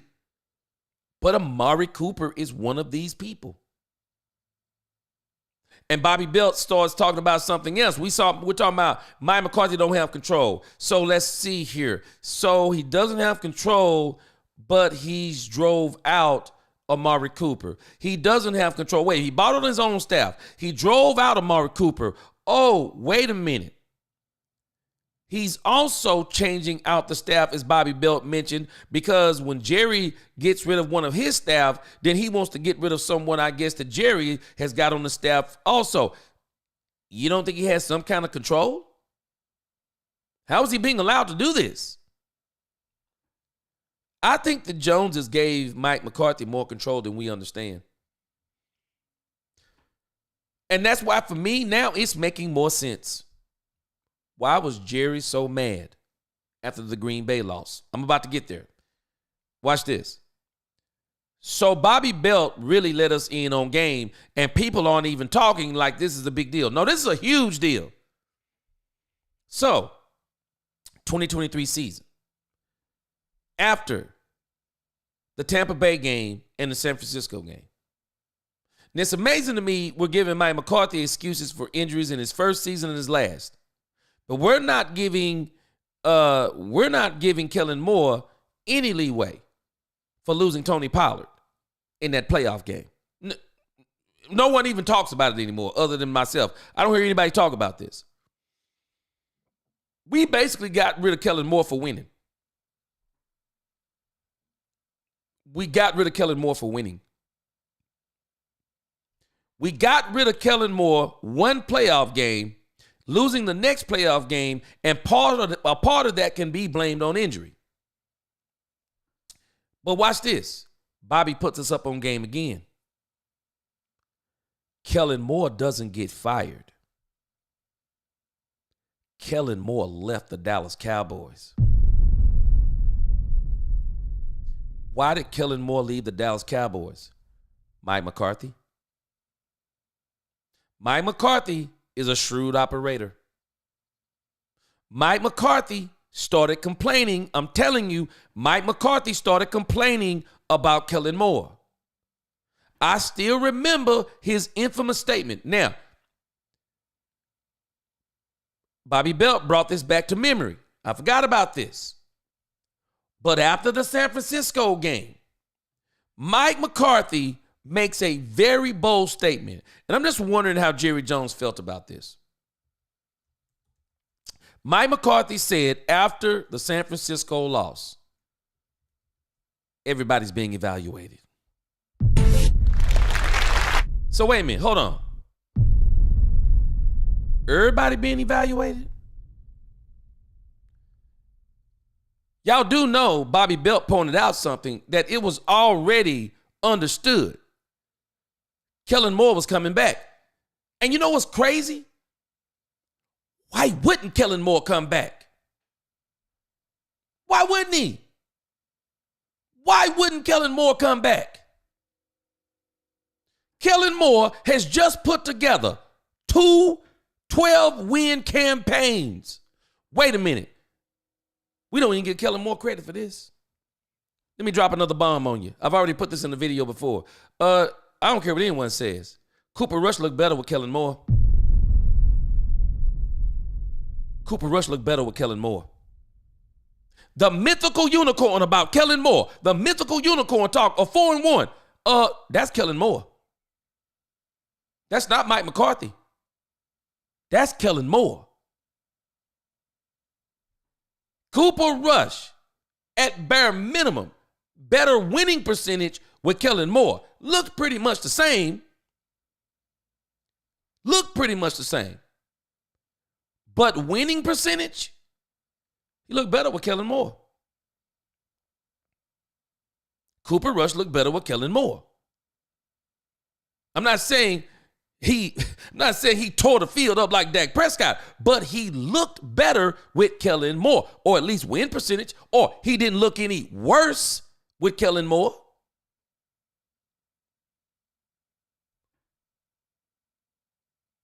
We let go of Kellen Moore.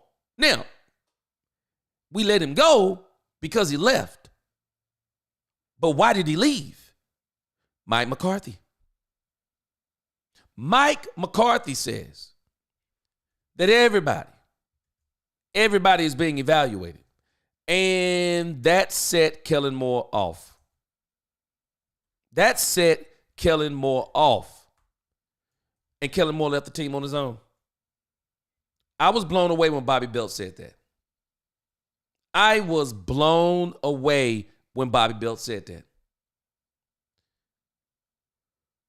Mike McCarthy is a shrewd operator, man.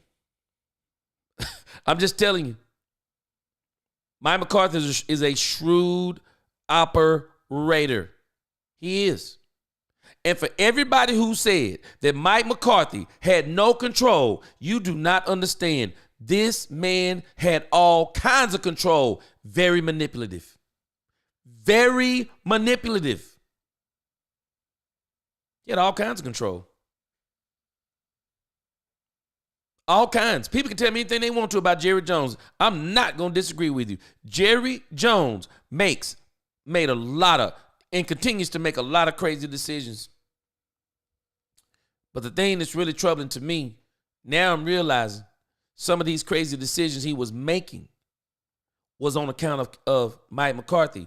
And it's obvious, whether people accept this point or not, Bobby Belt is not making this point, but I'm getting this point from everything that I've observed from this team, and now everything that Bobby Belt is saying. Man, people need to kind of retract some of the statements they've made about Jerry Jones and Mike McCarthy, because it's obvious Jerry Jones must have really respected Mike McCarthy to be letting him make all of these decisions. And it's only now. Now, this might be a part of the Jerry Jones effect, but it's only now. Isn't it strange? But only now we're hearing about all this stuff. We're just now hearing about this stuff. We've been making all of these assumptions, and I'm not going to disagree. Jerry is the common denominator. Jerry built a lot of this culture, and Jerry, in this culture, hired Mike McCarthy, and Mike McCarthy has been detrimental to his own team. I want you to realize something. So if he's paranoid about Dan Quinn, if he's paranoid about talking the locker room, gets rid of Amari Cooper. If he's mad that he's not calling plays, he's got tension with Kellen Moore. If he's mad, now, Bobby Belt mentioned something else. When he started talking about these option routes, because I've even brought this up. Now, I'm in agreement with Mike McCarthy on this whole option route thing, but I'm not a professional quarterback. Mike McCarthy didn't want the option routes, but Bobby Belt made it clear that Dak Prescott, when asked should they take out the option routes, Dak Prescott had a resounding response of F no.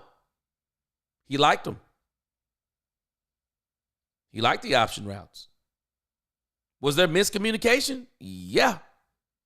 But Dak wanted to continue to keep them and continue to build that wavelength so that these option routes would work.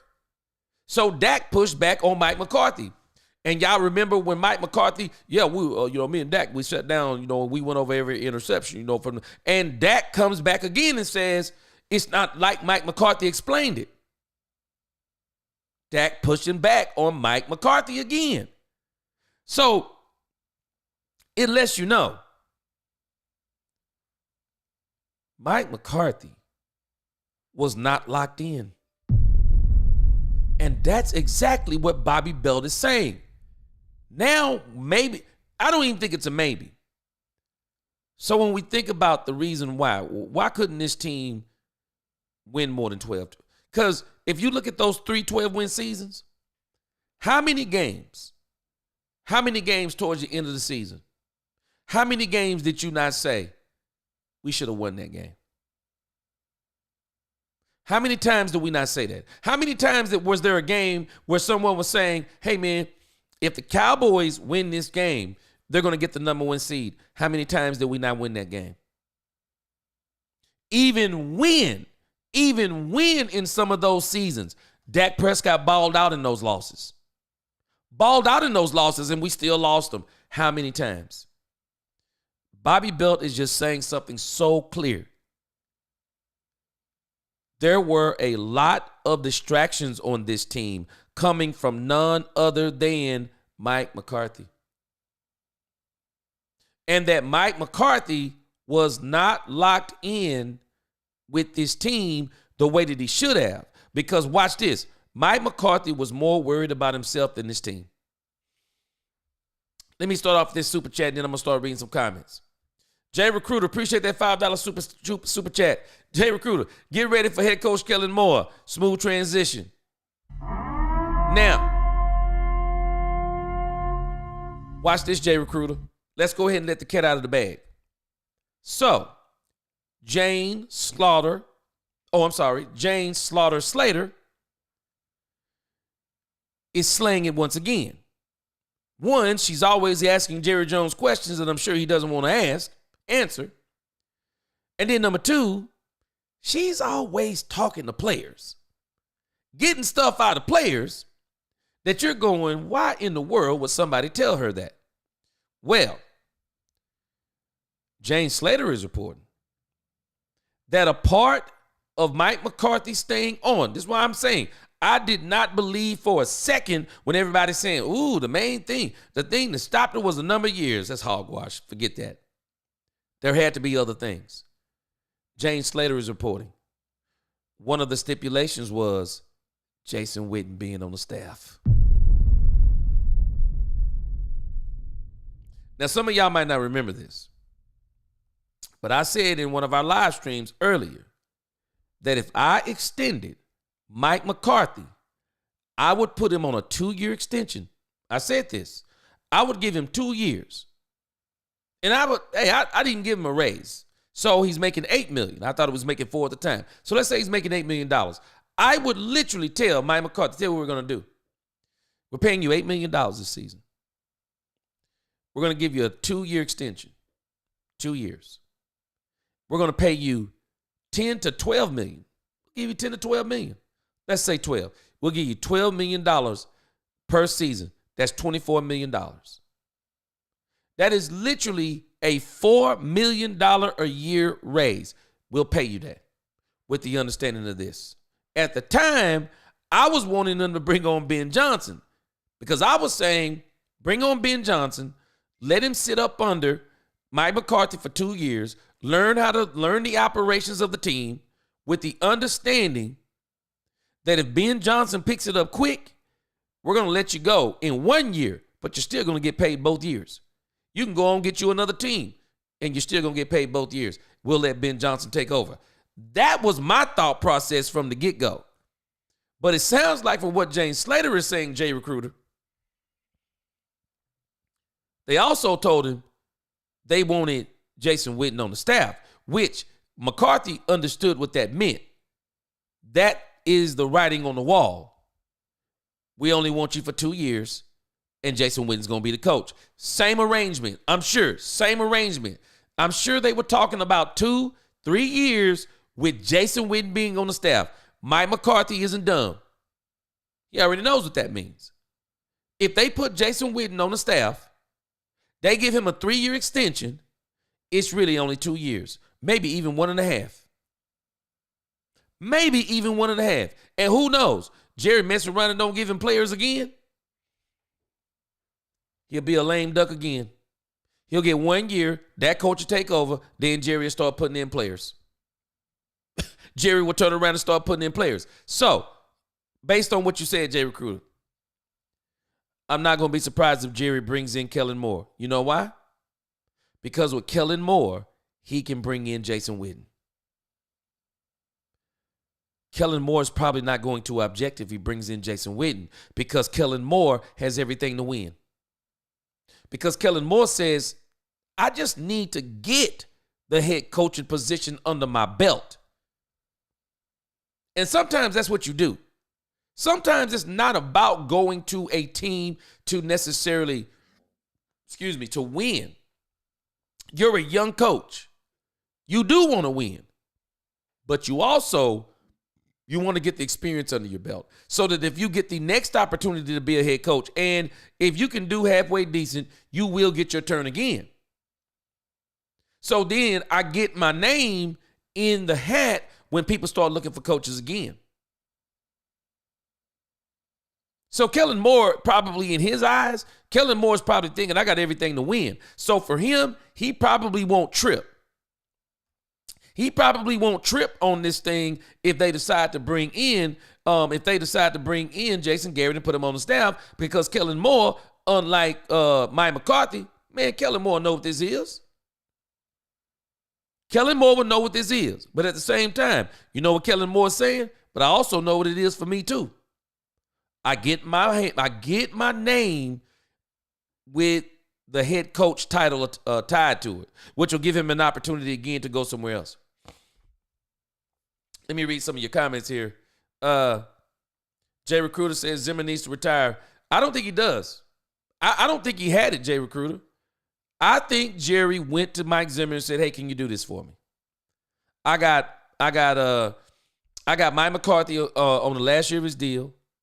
His entire staff on the last year of the deal.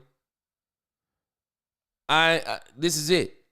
He's either going to do more with less, or we're going to transition out of Mike McCarthy. So can you come and be the defensive coordinator? Y'all got to think about this. Y'all don't think Jerry had a plan?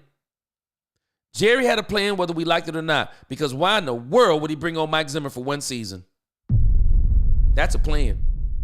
That's a plan of Mike McCarthy might not re-sign again.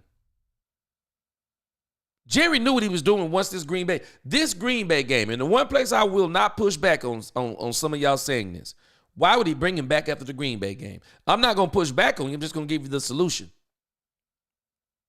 Jerry does not believe in paying contracts to coaches who are not coaching. Jerry don't believe in doing that. He doesn't believe in doing it. Big Sarge, what's going on? He said this is a draft and develop a team. They're using the draft picks. You think they'll use all 10? I got a funny feeling they're going to use some of those draft picks and get back up into that 4th round. Derek T says Cowboys could have easily went further in the playoffs had they signed notable players in free agency. Yeah, that too. I believe it was the Green Bay season. It was 2023. They could have just, if they would have just played in free agency, Derek T, I think they win. If they would have just played in free agency, if they would have got another wide receiver, why in the world would you go into that playoff game with only one wide receiver? I mean, come on, man. One thing you have to do, if it's my team,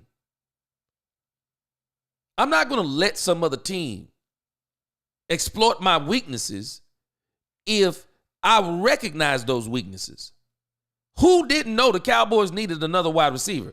I mean, the year that CeeDee Lamb had, you don't want you really don't want a wide receiver on your team having a year like that. You don't.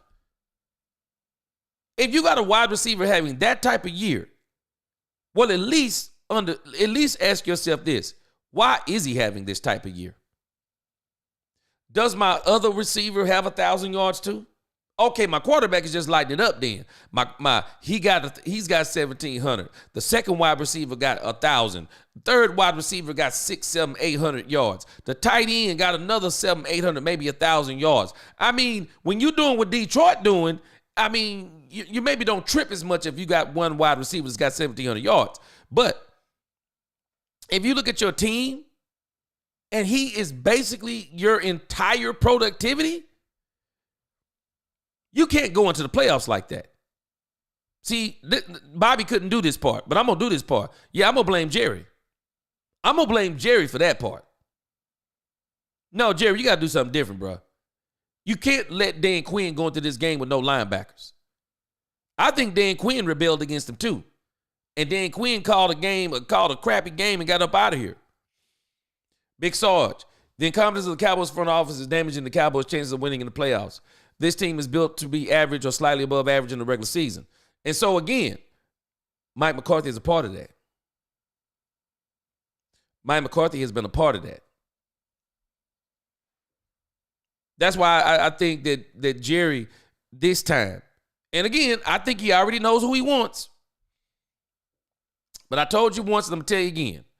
I believe Jerry Jones has visions of sugar plums dancing in his head. Jerry Jones is looking at Dan Campbell, and Jerry Jones is looking at Jason Witten saying he could be the next Dan Campbell. I think he wants Jason Witten to be the coach. I think that's the plan. I think that's the grand scheme. Jason Witten to be the head coach. And I think Mike McCarthy saw that being the grand scheme. And he said no. He said no. And you got to understand, man, you got to be bold to present that to somebody. But I'm sure that's what he presented. I'm sure it is. Yeah, I agree with you. They got to be active in the early stages too. I definitely 100% agree with you. Dank, what's going on? Fourth most penalized. That's coaching. Yes, sir. Yes, sir. Courtney Hickman. We'll never win with the Joneses running the team. 2026. I got the feeling that 2026 is going to shock us all. If the Lord blesses us all to be alive, I think some of us are going to be so happy we're going to finally see the Cowboys win a Super Bowl. They're getting the chip in 2026. I'm telling you. This team, whether we realize it or not, it is in perfect position to be exactly where it needs to be. And I'm going to tell you why. I want you to think about this. How did the Detroit Lions build the team they have? How did the Detroit Lions do it? A lot of people do not understand how the Detroit Lions built this team. They built this team through losing first. They built this team through losing first. And then they accumulated some of these players through the draft.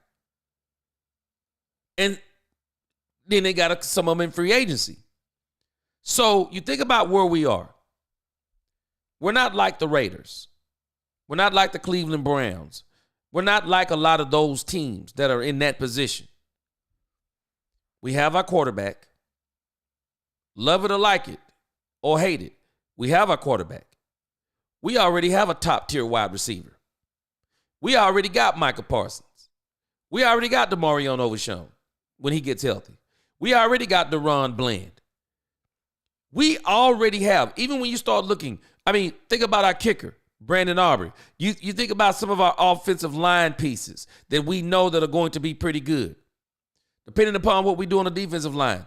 But we have pieces.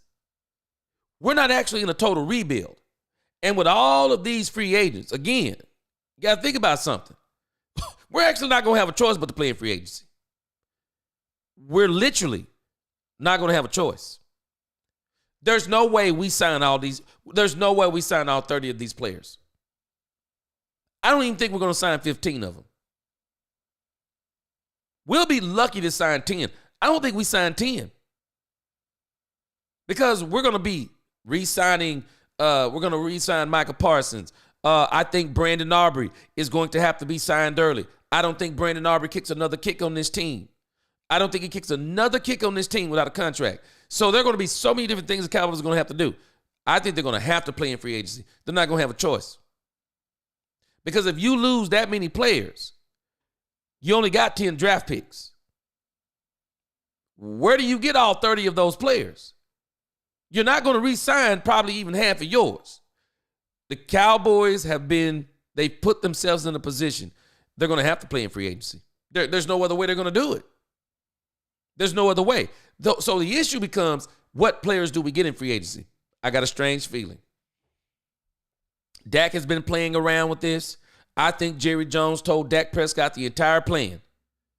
I think he told him the entire plan. But I'm not going to be surprised what they're going to do in free agency. I think they may get one player. We can't get excited. I don't think they're going to I don't think they're going to go in and get I don't think they're going to go in and get 5 top players. I don't think they're going to do that. I think they're going to probably get maybe not a tier 1. They might get a tier 2. But I think they're going to get players. Defense and offense, they're going to get players that can help. They're going to build in the draft. The Cowboys can't lose in this draft. A lot of people may not realize this. They can't lose in this draft. How do you lose? The one thing we know the Cowboys need, 2 things we know they need in particular. They need a wide receiver. They need a running back. How do you lose in this draft? Even if the Cowboys don't get Ashton Jeanty, they can't lose in this draft. There's too many. There's too many running backs. If you don't get a running back in this draft, you didn't want one. You literally didn't want one, because they're all over this draft. They're going to get a running back. And if Ashton Jeanty is there at 12, watch what I tell you. There's no way Jerry's going to pass him up. Only way Jerry Jones will pass up Ashton Jeanty at number 12 is Abdul Carter is there. Abdul Carter is not going to be there. But if Ashton Jeanty is there, Ashton Jeanty will be the running back for the Dallas Cowboys, and this entire fan base is going to lose their mind. They're going to lose their mind.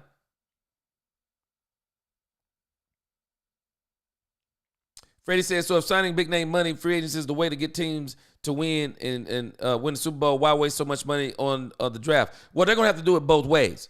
The way you win in this league, it's going to have to be free agency and the draft. That's how Detroit has done it. That's how the Eagles have done it. It's got to be the draft and free agency. You think about it. Kansas City has done this. Baltimore has done this. These teams that are winning, the Green Bay Packers, all of these playoff teams, if we pay attention, the Vikings, they're all doing it. You got to do it both ways. Free agency, trades, and the draft. And the draft can be a huge impact depending upon the position that you're drafting in the draft. And there's 2 positions that I believe the best, the one position that translates the easiest of the NFL is running back. It's the running back position. It's the one position you can come in and literally wreck shop. Why? Because if a person can run the ball, there's nothing that can stop him from running the ball. If you can run the ball, you're going to run the ball on every level. If you follow these kids these guys who are really good at running backs, go back and look at them in high school. Go back and look at them in middle school, Pee Wee. Anybody watching them knew, man, this dude here going to be if he goes to the NFL, going to be a running back.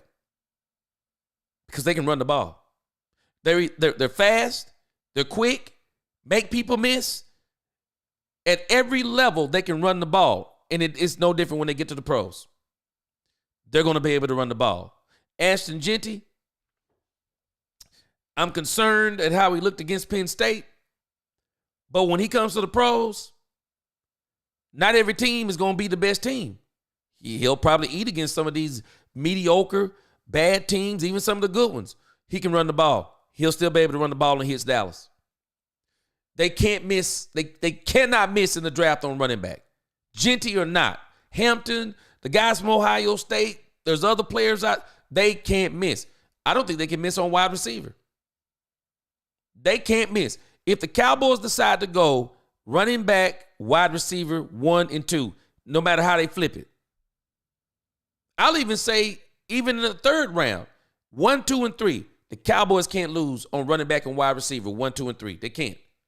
They can't lose. I do think they'll probably do something on the defensive line, kind of listen to how some of you guys are talking and other people are talking. I think they'll do something on the defensive line as far as some of these defensive players that are coming out in this draft. But as far as the wide receiver and the running back, you think about this. A running back changes life on this team. Just a running back will change life. A second wide receiver, what does that do? You add a second legitimate wide receiver on this team, what does that do? This team it's ready to get right back into contention. All they got to do is just make a couple of good moves. We've already seen the offensive line is looking pretty good. Maybe they go back in the draft or they go and get a trade. Tyler Guyton does not need to be the left tackle on this team. They probably need to address that in free agency. I wouldn't even address that in the draft. I would see if there is if somebody in free agency, if there's a left tackle in free agency, get you some guy that's a bona fide left tackle. Spend the money on left tackle. You have to. There's no way to get around it in this league. You got to spend money on left tackle. See if there's somebody in the trade. But this line is only about what? Maybe one player?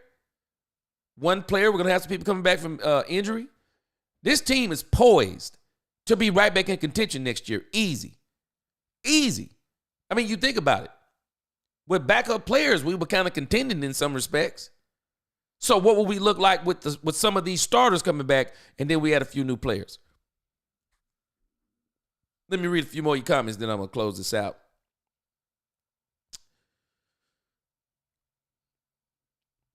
Big Sarge. Part of the problem is the front office picks the staff for the head coach in certain areas. But Big Sarge, you think about it. Bobby Belt pointed this out. They actually let Mike McCarthy choose his staff. They let him choose his staff. And one of the biggest mistakes they made was letting him hire the defense coordinator because it was a bloodbath. So they gave him the opportunity. So I think they'll do the same thing again. I think they'll give him the opportunity. I mean, whoever the coach is, I think they'll give him the opportunity to bring in somebody. Ed Waters said, yeah, I've been seeing this. Jay Recruiter, now you already know I've been saying this for weeks. Deion Sanders is my favorite player. I'm not believing the Deion Sanders stuff. I'm just not believing the Deion Sanders stuff.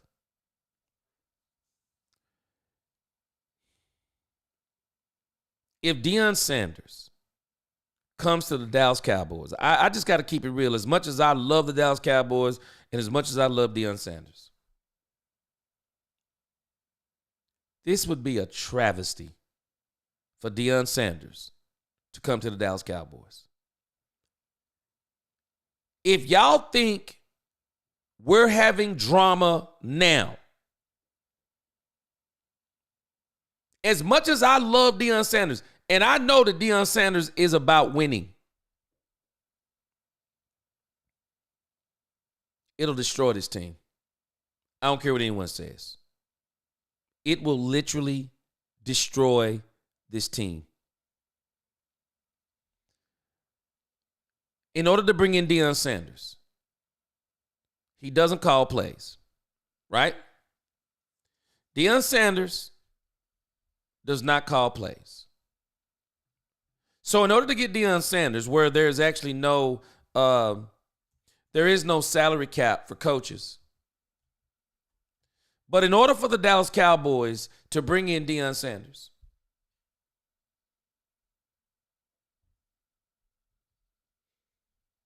Deion Sanders has an $8 million buyout. So not only are you going to buy him out for $8 million,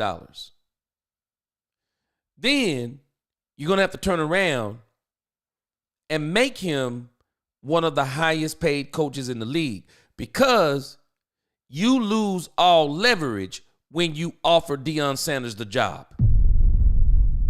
You have no leverage, because now you have to give him exactly what he wants. $8 million buyout. Okay.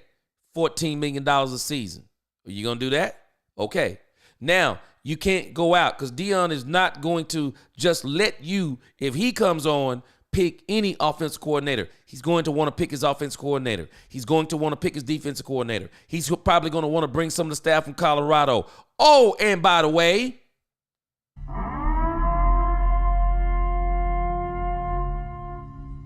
for all of you folk, and I'm not sure there's any of you on here, but for any of these folk who want to bring Shedeur Sanders to the Dallas Cowboys, you do not understand what you're saying. This franchise will be destroyed if Deion Sanders is allowed to get Jerry Jones to do what he has to do to get Shedeur Sanders. What do you think it's going to take? What do you think it's going to take? I'm not giving up. If I know you desperately want Shedeur Sanders and your dumb self don't need Shedeur Sanders, but you need Shedeur Sanders to pull off the Deion Sanders deal, I promise you, boy, karma. I don't believe in that stuff, but I'll tell you this. You thought the Herschel Walker trade was bad? It will decimate this. It will decimate this franchise. I've been seeing people talk about all these dumb trades. Hey, man, trade this and trade this and trade this, and then trade Dak. First of all, Dak has a no trade clause. So the only way you pull this off is you literally cut Dak Prescott. So you're letting Dak Prescott walk away with $200 million and just totally obliterate your cap for the next 3 to 4 seasons. That's what you're going to do. Because you're not trading him. Dak is way smarter than we think he is. Todd France and Dak Prescott designed his contract that it doesn't work unless he's here. If the Cowboys cut Dak Prescott, they obliterate. They obliterate their salary cap. I guarantee you for the next 5 seasons. Obliterate it. So explain to me how you're going to put players around Shedeur Sanders after that. Y'all might not realize this, but Shedeur Sanders has had a plethora of weapons around him at Colorado. HBCU, great achievement, but that's not the pro. I mean, that's not the level of competition that he's playing with at Colorado. Or playing against at Colorado. Shedeur Sanders has been surrounded with skill positions. Y'all might not realize this. I watched Colorado ever since Deion been there. They're 5 and 6 deep at wide receiver. No, I'm not talking about 5 and 6 deep as it applies to how many people playing wide receiver. They're 5 and 6 deep, 4 and 5-star recruits at wide receiver. Shedeur's had a plethora of weapons. Travis Hunter being one of the best one. He's had a plethora of weapons. Explain to me, how do you put weapons around him? How do you do it? How do you put weapons around that Shedeur Sanders? I do not believe Deion Sanders is coming to Dallas. Unless he's going to agree. Now let's think about this. You got to know what it is. Game recognized game. When you step through the door, you better know what it is. Dak Prescott's the quarterback. If Deion don't understand Dak Prescott's the quarterback, don't bring him through the door. Don't bring him through the door. And I'm going to tell y'all something. As much as I love Deion Sanders, Deion's going to have to prove at some point in his coaching career, doggone it, you need to coach without your sons. Coach without your sons, man. That's going to be the real test of who Deion Sanders is. How does he look without his sons? And I think he can do great. But he's going to have to prove it. And the son in particular is Shedeur. You need to prove that you can coach without your son. Because if the only way you're going to coach on any level is your son, we're not going to always be able to get you your son, man. We're not. I want you to think about this. All these folk running around here talking about, yeah, man, yeah, trade Dak Prescott. You're not trading Dak Prescott. That's first things first. I want you to look at this. So what are you going to do? So you're going to eat. If you cut Dak Prescott, because that's the only way you're getting rid of him. Dak's not agreeing to a trade. You got to think about this. Dak Prescott would have to be dumb to accept the trade for himself to go to another team. Because in order for him to, if he accepts a trade to go to another team, why in the world? He's got to go to a contender. I'm not going to a team that's not contending. So first, you got to put me on a team that is actually going to contend, a team that I want to be on. I'm not letting you ship me to the Cleveland Browns or any of these teams, these quarterback killing teams like the Jets or anybody else. No, I'll have to agree to it. So at the end of the day, there is no trade. This is what you're going to have to do. You're going to have to cut Dak Prescott, and you're basically going to have to eat $151 million. In the story. You'll have to eat that money. And if I'm not mistaken, not including that signing bonus money. But whatever the case may be. So you're telling me you're going to be willing to eat all this money. 104. I mean, to even figure this all out, I can tell you straight up, there's no way Jerry's willing to do this. Because the number you got to be looking at is the release. Because Dak ain't taking the trade. The number you got to be looking at is the release. That's the one you got to be looking at. $89 million, $62 million, you say $14 million. So again, Dak Prescott and Todd France fixed this contract to where it's this simple. It don't work unless he plays here. So the only thing you're going to have to do is eat $150 million. So everybody thinks that's easy. Okay. If you think that's easy, you need to go work. You need to go work the cap for the Joneses, because I'm telling you, you're not going to recover from a $150 million cap hit in the next 3 seasons. You're just not going to do it. How would you sign anybody? How would you literally sign anybody on a $150 million cap hit? Man, you'd be dead in the water.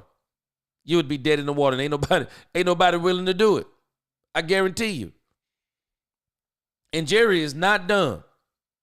Jerry would be a dummy if he offered Deion Sanders the job. He's dumb. Suge said, you're talking good about Dak. Marlon Brando about to come in this thing. Oh, like fans to stop all that. Hey, man, they got to put some respect on this man's name. I'm just telling you, Suge. It is. Big Sarge. All the report is doing is applying Jerry Jones to make a statement about Deion potentially being the next head coach. Big Sarge. Let me give you game also. Game, recognized game. I'm just waiting. I'm just waiting, y'all. I'm waiting on Colorado signing Deion Sanders to some outrageous extension. I'm just waiting.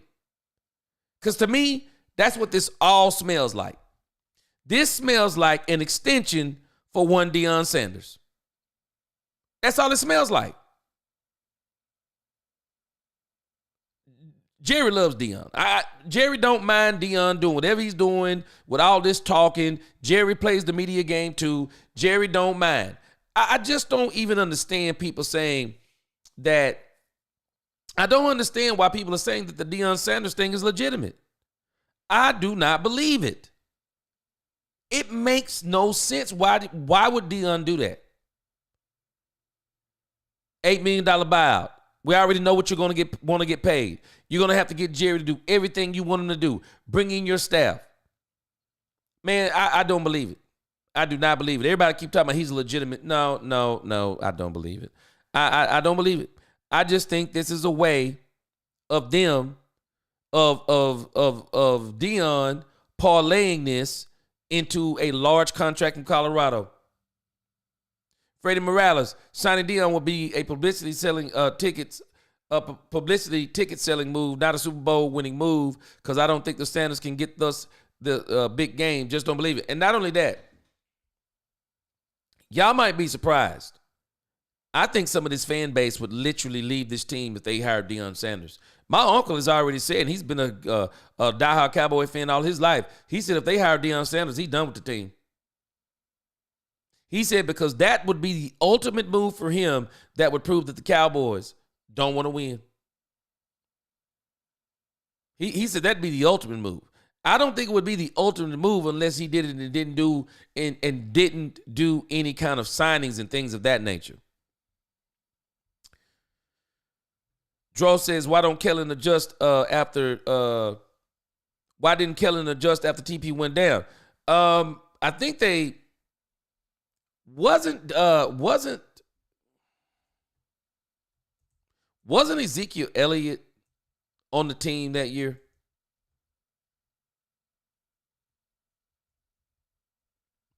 Thinking he was on the team that year, wasn't he?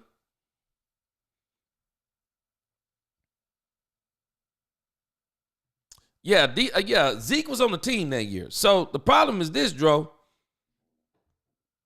It's one thing to make this adjustment during the season. But if Zeke is the alternative, Zeke was already on the decline in 2022. What was Zeke going to do? And I think he did try to adjust. The problem was the adjustment that they made. You're talking about the 49ers. If you're going to just throw the ball against the 49ers, you're going to get your lunch taken. You're going to get your lunch taken from you. You can't just throw on them unless you got an A1 offensive line. Jay Recruiter, Big Mike called out Kellen in the media about his option routes. Yep. He's a shrewd operator the way he operates. He's a shrewd operator, I'm telling you. And Mike will play that media, man. He'll play that media. Big Mike thought Kellen was in the 9th grade. For real. For real. And the thing that they were talking about, man, about them not trusting those offensive linemen, I mean, that was crazy to me. I mean, why get them? But, as he said, Philbin, what was the guy he was talking about? Yeah, Mike Philbin never wanted Connor McGovern and Tyler Smith. And so because he didn't want them, he never put any trust in them. This was a huge issue. And so let me finish this thing on Bobby Belt. I thought it was amazing when he said that Kellen Moore left. Kellen Moore left on his own. He got tired of it. He got tired of Mike McCarthy. What does that tell you? Mike McCarthy was not building this team. And this is exactly what Bobby Belt is talking about. He was not building this team. Mike McCarthy, in actuality, was one of the main reasons why this wasn't a team. And somebody mentioned this here in the last few weeks, and I thought it was very interesting. So I want you to think about what Mike McCarthy did. So it's after he pushes out Kellen Moore that then,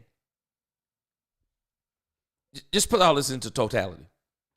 There's no more Dan Quinn. There's no more Amari Cooper. Well, Dan Quinn's still there. There's no more Kellen Moore. He's calling the plays. There's no more Amari Cooper. And so now him and Dak Prescott's relationship starts to get on track. But I want you to follow 2024 because this is the part that's really significant. It's not until Dan Quinn is gone. Did you notice what Mike McCarthy did this year? It seemed like it was this year he was really going to focus in on building the team. And I don't even think he was necessarily focusing in on building the team. It seems like to me, he was focusing in on the team vouching for him. It was like to me that he was trying to get the team to rally around him. Mike said it was about winning. I don't think it was about winning with Mike. I think it was about Mike keeping his job and the team rallying around Mike. That's crazy work. That's crazy work. It was insane to me. It seemed to me this was the most motivated I've seen this team in years, when some of them are trying to keep Mike McCarthy's job, which I do think there is some falsehood to that. I think some of these people were actually trying to keep their own, or not necessarily keep their own job. I think some of these people were trying to make sure they have jobs next year, so put something on tape for teams because they don't think they're going to be with the Cowboys. Janie Scott, I believe this too. I believe you're right on point. Kellen Moore had a closer relationship with the players, in particular Dak Prescott, who is the leader of the locker room, and Bobby Belt is alluding to that too. Dro says, I just saying that the personnel played just as much of a role as McCarthy's team management. Well, I think that some of the team is becoming a reflection of Mike McCarthy and some of the stuff that even Jerry is doing, because even the way the team talked about each other didn't seem like they were a cohesive team, in particular Michael Parsons. But don't get me wrong, Dro. All of this plays a part. Jerry is a major part. Personnel is a part. But again, I'm going to go back to my original statement. Problem I had with Mike McCarthy, it's the parts he can control. And that's the part Bobby was talking about. It's the part that he could, Dank said him and that Waffle House menu. Yes, sir. It's the parts that he could control. He didn't control it. Cowboys have requested to interview Kellen Moore. I think he's going to be, I don't know if he's going to be the coach, but I can tell you this. Kellen Moore's making a strong case for himself. He's making a strong case for himself. He is. He's making a very strong case for himself. I mean, look at what he's doing with the Eagles. He's making a strong case for himself. Kellen Moore, and I'm telling you, with the pressure that Mike McCarthy is putting on this man, I mean, what does he look like if Mike McCarthy is with him? I just wonder, as I said the other day, Dan Quinn wanted Bobby Wagner.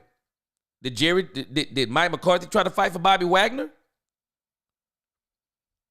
I don't know how you be for a team that you're against. I don't.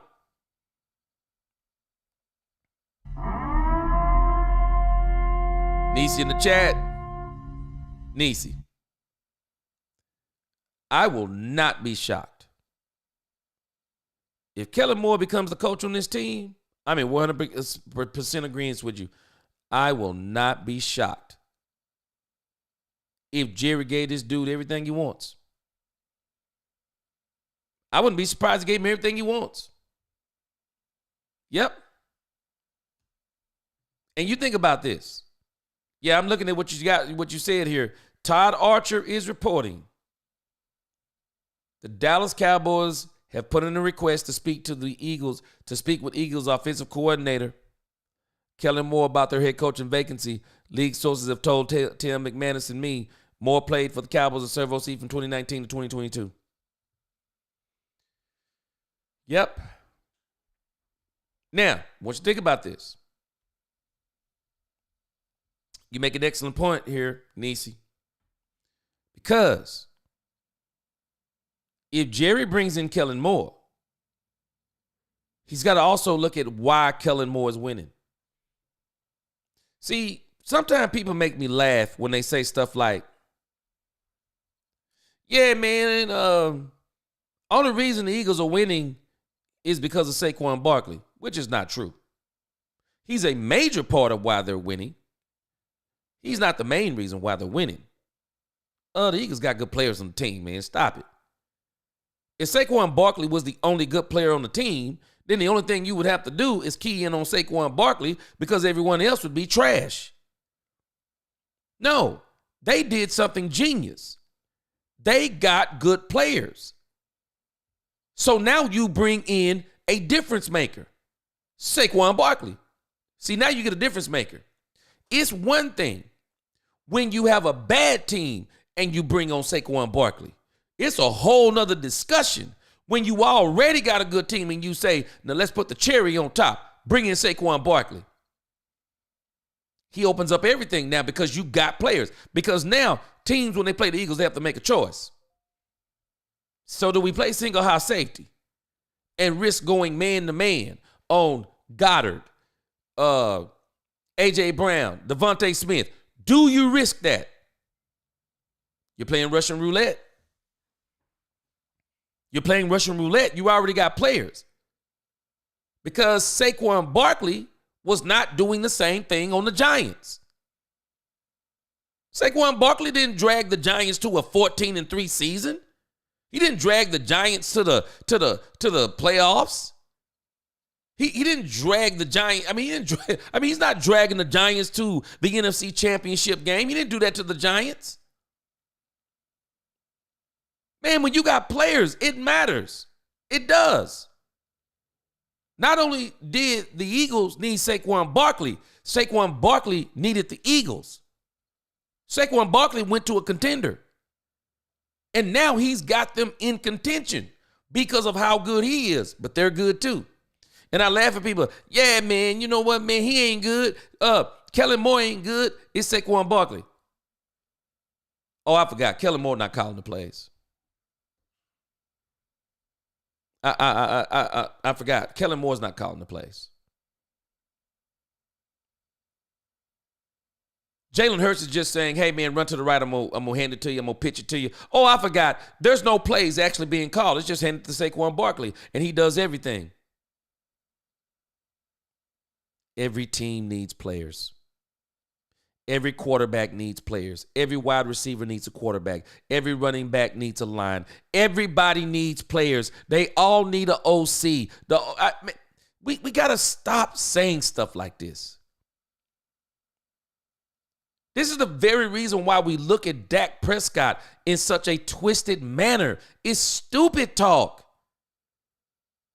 Yeah, man, Mike McCarthy got 36 wins in 12 seasons, man. He got 3 12-win seasons. Show me anywhere where no one is saying that. Everyone says that about Mike McCarthy. Yeah, man, he got 3 12-win seasons. Oh, Dak Prescott got 3 12-win seasons? Oh, he trash. Oh, he trash. He beats bad teams. He trash. Oh, name me one good team on the schedule he beat. He trash.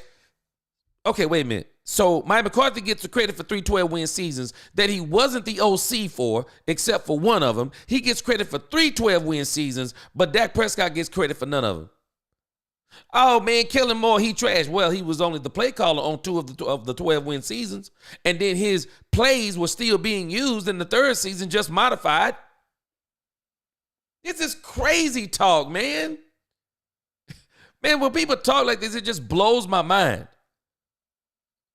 Saquon Barkley is a huge reason the Eagles are winning, but he's not the only reason. Because, I'm sorry, we can make the same argument for Troy Aikman. Jalen Hurts isn't Troy Aikman. Calm down. All you folks blood pressure raising, calm down. Jalen Hurts is not Troy Aikman. Calm down. But is Troy Aikman winning without Emmitt Smith? Because the wins and the record says otherwise. What did he look like? What did he look like before Emmitt Smith? What did he look like? See, we can play this game anytime we want to. The issue is we just play the game differently depending upon the person who it is we're trying to play the game with. Are the 90s Cowboys, 92 through 96, are they the 90s Cowboys without Emmitt Smith? I tell you, they're not. They're not the same. They are not the same. They're not the same team. They're not.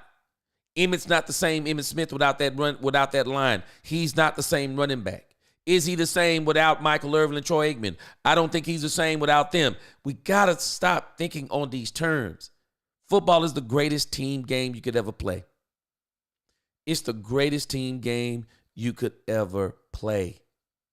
Neezy says, this team doesn't put players in their true position. You tearing it up in college at that position, you get to the Cowboys and you're a left tackle versus a right tackle. You want to play defensive end versus linebacker, using safeties as linebacker. Exactly. Tyler Guyton. Hey, man, they talking about, oh, no, he was really a left tackle, but because of this injury and blah, blah, blah. No, this dude was a right tackle, period. That's what he played. To try to convert this man from right tackle to left tackle in his first season in the NFL is insane. Tyler Guyton's feet are not quick enough. His hands are not quick enough. Feet not quick enough. He's not there yet. And they unleashed this man on Dak Prescott. Michael Parsons playing defensive end. No, he should be a linebacker. Marquise Bell playing safety in the Green Bay game, playing safety during the season. Marquise Bell can be a top safety for us. We got to get this man in position. And I still say, and some disagree with me, but I think Overshown could be the next Darren Woodson. I do. I think he could be. Michael Wright, Kellen don't like running the ball. He running it now. He running it now. Now, I read somewhere where Kellen was saying, or someone was saying about Kellen, it's not that he doesn't like running the ball. He didn't feel that we could run the ball. Yeah, I don't know about that. I think the year Tony Pollard came back from the broken leg, it was a little bit tougher. But that was actually the season after him. I'd have to look back and look at Tony Pollard's stats during the season when Kellen Moore was there, the year that we beat the Tampa Bay Buccaneers. Yeah, Kellen Moore, I think he's matured, but we will see as time goes on. I think he's matured. We have to understand something, that Kellen Moore was a quarterback at Boise State. And if you go back and look at his film, and you go back and look at his film, man, that dude was throwing it all over the place. Kellen Moore was throwing it all over the place. He was. And so I think he tries to do some of the same things that he did in college. He has the same namesake of Joseph. Can't trust him. Look how he's calling plays in Philly. They are complaining. I don't think they're complaining. I think there are some complaining. I don't see anybody complaining but A.J. Brown. But I think A.J. Brown just needs to be quiet. They're winning games. A.J. Brown, understand something. Y'all are a run-first team. Your quarterback is a running quarterback. You have the top running back in the league. I'm sorry, A.J. Brown, you're not going to be getting 10 catches for 115 yards. Not every game. You're just not going to get it.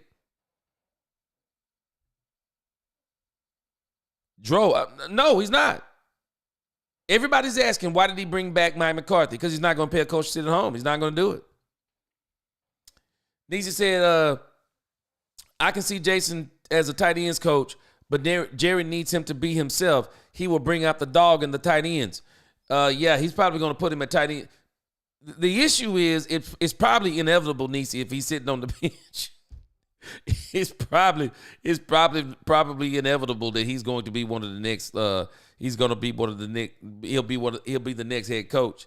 It'll be Jason Garrett and Wade Phillips all over again. Recruiter said Jerry 82. I hope he goes all out. He better. He better. He got more yesterdays than tomorrows, as I heard someone say. Mike keeps this childish behavior versus bringing his coaching into 2025. He will be coaching high school or college. I got a strange feeling that Mike McCarthy might not get a job. I got a strange feeling. I just can't see why Chicago would want to bring him in. I don't. I just don't understand it. I wouldn't be surprised. I think there may be a shot. If the Jets decide to keep Aaron Rodgers, I don't even understand why Aaron Rodgers would want to reunite with him. But him and Aaron Rodgers seem to have a great relationship now. Maybe him and Aaron Rodgers will reunite. Yeah, I think that's what they're going to do, Jay Recruiter. I think they're going to put a strong – if Kellen Moore is the man, do not worry. They are going to put a strong support system around him. Kellen don't want this job. Oh, man, I beg to differ. I think Kellen Moore will want the job. Michelle Castillo said, no more. You think about Moore, though. In the grand scheme of things, how do you get less change? How do you get less change? Kellen Moore. If you don't want big change, it'll be Kellen Moore. If you want change, we're going to see. Because I'll be honest with you. Jerry is really playing this close to the vest. And I think the only reason why people are saying Kellen Moore and Deion Sanders, I think the only reason, or one of the reasons, I shouldn't say the only reason, I think one of the reasons why people are saying that is, like me, let us all be honest. We don't have a clue what Jerry's going to do. I think that's what's got us all kind of like, we don't really know what Jerry's going to do. We really have no clue. Because in the grand scheme of things, other than the fact that he likes Deion Sanders, the familiarity with one Kellen Moore, who else? We have no clue. We have no clue. Jerry has everybody in suspense, and I think that's why everybody's in a frenzy. I think that's why they're in a frenzy. They have no clue. Yeah, Dro knows. I believe it too. And I think they'd have to bring in somebody like a Robert Saleh to be with him, or even bring back a Zimmer, or they're going to have to get him. They can't let it be all rookies up in there, or they can't let it be all young guys. They're going to put a strong support system around him if they bring him in. Hey, I already mentioned Doug Peterson. I think they ought to bring in Doug Peterson, think about him, at least give him an interview as a coach. What's good? What's good, Kevin Howard? What's good with you? Yeah, I think Doug Peterson can solve some problems because he's got postseason success. Dro says Matabuki was available that offseason. The Cowboys had options. They've always had options. Problem with the Cowboys is they don't always take them.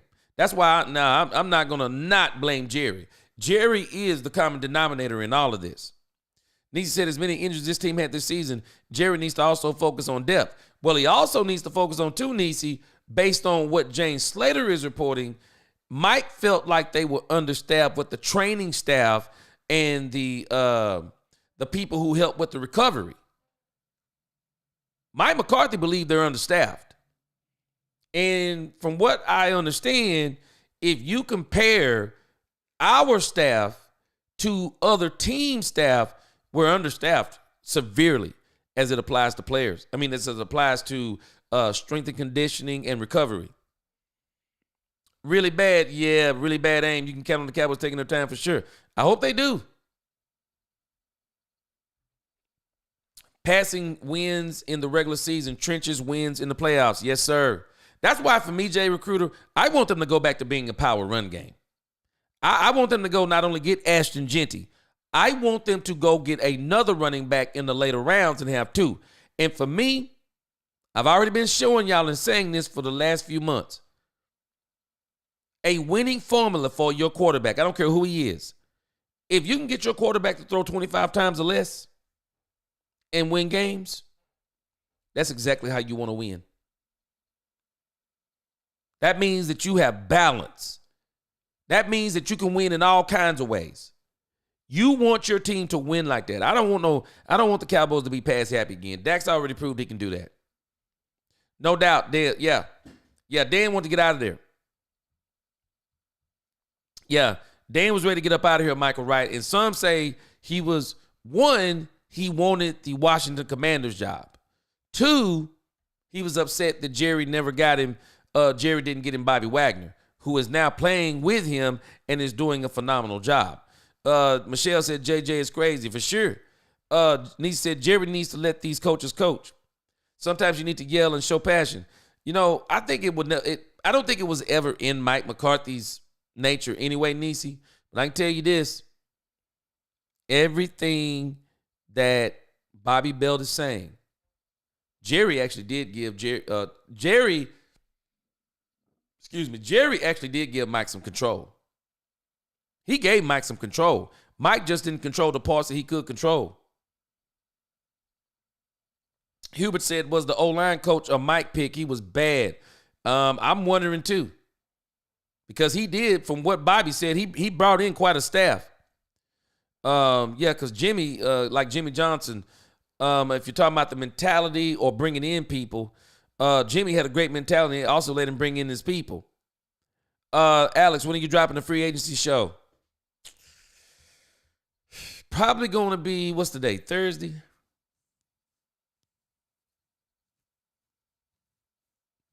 I'll probably talk some free agency tonight. And if not tonight, we'll talk for sure tomorrow, Alex. We'll go back over that list of 30 free agents, and we'll talk about who they should keep and who they shouldn't, because that's going to be a big deal. Niecy said Detroit had the daughter take over, and she had common sense to hire a really good GM and allow those coaches to do their jobs. Yep. That's it. And that's what they did in Kansas City when they brought in Andy Reid. Gee, the narrative from some like LaShawn McCoy is that Dak Prescott is the sole reason Mike McCarthy got fired. Your thoughts? Mike McCarthy is the reason why he got fired. I talked about this already, Jared. But in totality, now this makes sense. And LaShawn McCoy needs to be understanding. Mike McCarthy didn't get fired. He didn't get brought back. But now I understand why Jerry is mad. I want y'all to think about this. I got rid of Kellen Moore for you. I got rid of Kellen Moore for you in 2022, Mike McCarthy. After Kellen Moore beat Tampa Bay, Tom Brady, Tony Pollard broke his leg. We lost 12-19. I let go of Kellen Moore, Mike McCarthy. I got rid of Amari Cooper, who changed life for Dak Prescott, Mike McCarthy. Because you wanted Amari Cooper gone. You wanted Kellen Moore gone. I've done some things that you wanted me to do, Mike McCarthy. So if I'm going to do those things, my expectation is that if you take over the plays, of which I never wanted you to call, if you take over the plays, Mike McCarthy, my expectation is then when you take over in 2023, you wanted Amari Cooper gone. Oh, you want me to get you another wide receiver after you convinced me to let go of Amari Cooper? No. You got CeeDee Lamb, and you're going to do with what you have at wide receiver. And watch this. And my expectation is you do better than Kellen Moore. No one's pointing this out. Mike McCarthy didn't do better than Kellen Moore. He didn't do better. He didn't do better, Jared. And if I'm Jerry Jones, so this is the result of me doing it your way. Blow this thing up. Blow it up. Jerry had this plan whether people accept it or not. Jerry already had this plan in place for Mike McCarthy. I know he had this plan for Mike McCarthy because if he doesn't have this plan for Mike McCarthy, he either runs that team back or he brings back a lot of that team and he goes and gets some other players. No. It makes sense to me now. Jerry let Mike McCarthy talk him into making some moves. And Jerry made them. So is anybody going to tell me that Jerry wanted to get rid of Kellen Moore? Because I'm going to tell you, I don't believe it. I do not believe Jerry Jones wanted to get rid of Kellen Moore. And you can tell when Jerry got rid of Kellen Moore, he was not happy. I don't believe Jerry wanted to get rid of Kellen Moore. I do not believe it for a second. But he did it. Why? Mike McCarthy. Mike McCarthy forced his hand through manipulative ways and things he was saying out there in the media. Oh, everybody's everybody's being evaluated. What are you talking about, Mike McCarthy? Who said that? He was already taking shots at Kellen Moore. If I'm Jerry Jones, now, if I'm Jerry Jones, I probably don't do what Jerry Jones did. I mean, I'm just not going to do this to my team. For me, that team, there were players I'm bringing back on that team. The Golstons, I'm bringing back Stephon Gilmore. I mean, there were just players on that team I'm bringing back. And then I'm saying, okay, let's get another wide receiver. Let's get a running back in the draft to pair up with Rico Dowdle. And I'm not talking about Deuce Vaughn. Let's get us a running back. You keep that team. You don't have to do a whole lot in the first round. I mean, just keep that team together. Cowboys didn't do it. But I'm telling you, I think one of the reasons why Jerry didn't keep that team together, and people may not realize this, but I think Jerry Jones was furious with Mike McCarthy. Wouldn't you be furious? Mike McCarthy said as much in a statement that he would be a better play caller than Kellen Moore because as the head coach calling the plays, he's more in tune with the team. What? You jealous joker, you. Why even say something like that? How many OCs has there been that have won Super Bowls without being the head coach? How many head coaches have won Super Bowls without being the head C? You no good joker, you. Man, Mike McCarthy is a shrewd operator. This man was just destroying this man. Kellen Moore walked away from this. And Michael Wright says that he don't want the job. Michael Wright, let me tell you something, boy. Let me tell you something, brother. Hey, man, let me tell you something. There is no better revenge than success. Vengeance is mine, says the Lord. There is no greater revenge than success. How good do you think he would feel if he came back to Dallas as the head coach? Right after Mike McCarthy, after stomping Mike McCarthy twice, not once. He stomped Mike McCarthy twice. Twice, not once, but twice. People keep talking about Saquon Barkley. Saquon Barkley had 64 yards the first time. Saquon Barkley came back in the next game against the Dallas Cowboys and said, I'm going to show you something, Mike McCarthy. We don't even have Jalen Hurts. I'm going to let Kenny Pickett and whoever this kid is named McKee, I'm going to show you what they can do to you. Kellen Moore stomped him. Not once, but twice. What they put up on him the first time? What, 32? Somewhere in there? 41 the second time? The greatest revenge is success. And if Kellen Moore was to turn around and get the job, man, success is the greatest revenge. Night Train. There is no coach or player that can overcome the shortcomings of Jerry Jones. I think there is. And the reason why I say that is, how did they win the Super Bowl in the 95-96 season? How'd they do it? I mean, you think about this, Night Train.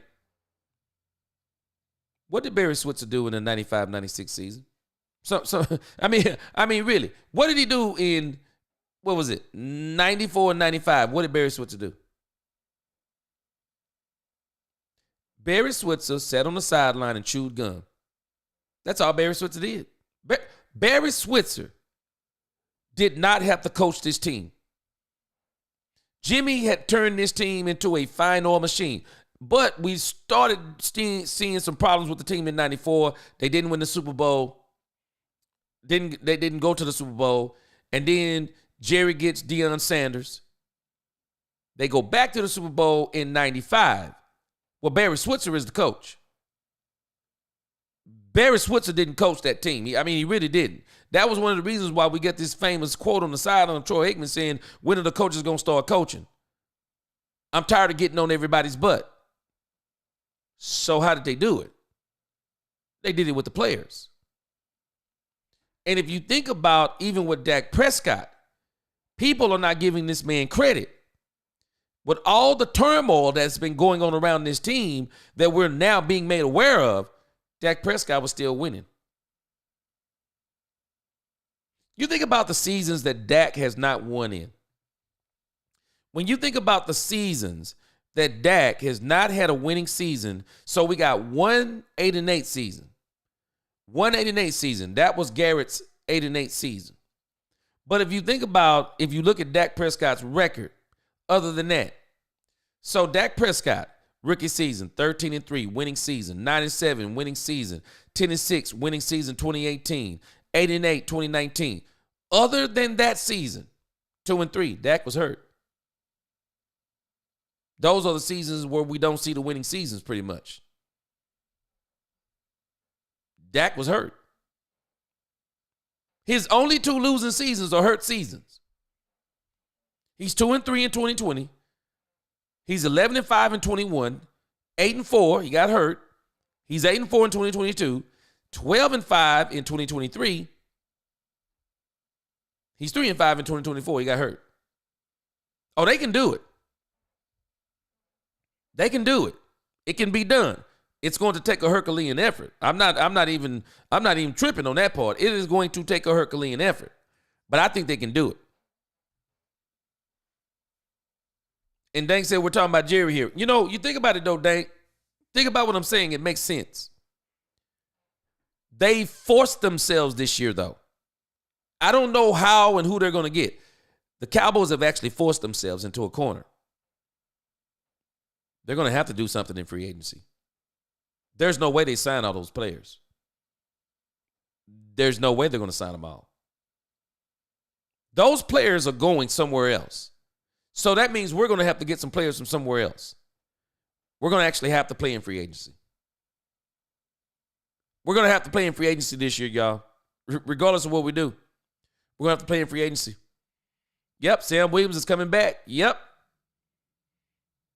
We're going to have to play in free agency. We actually don't have any choice. We've forced ourselves to play in free agency. Rico Dowdle leaving, because I think Rico Dowdle's leaving. I don't think the Cowboys are going to pay him. And even if he stays, they still need another running back.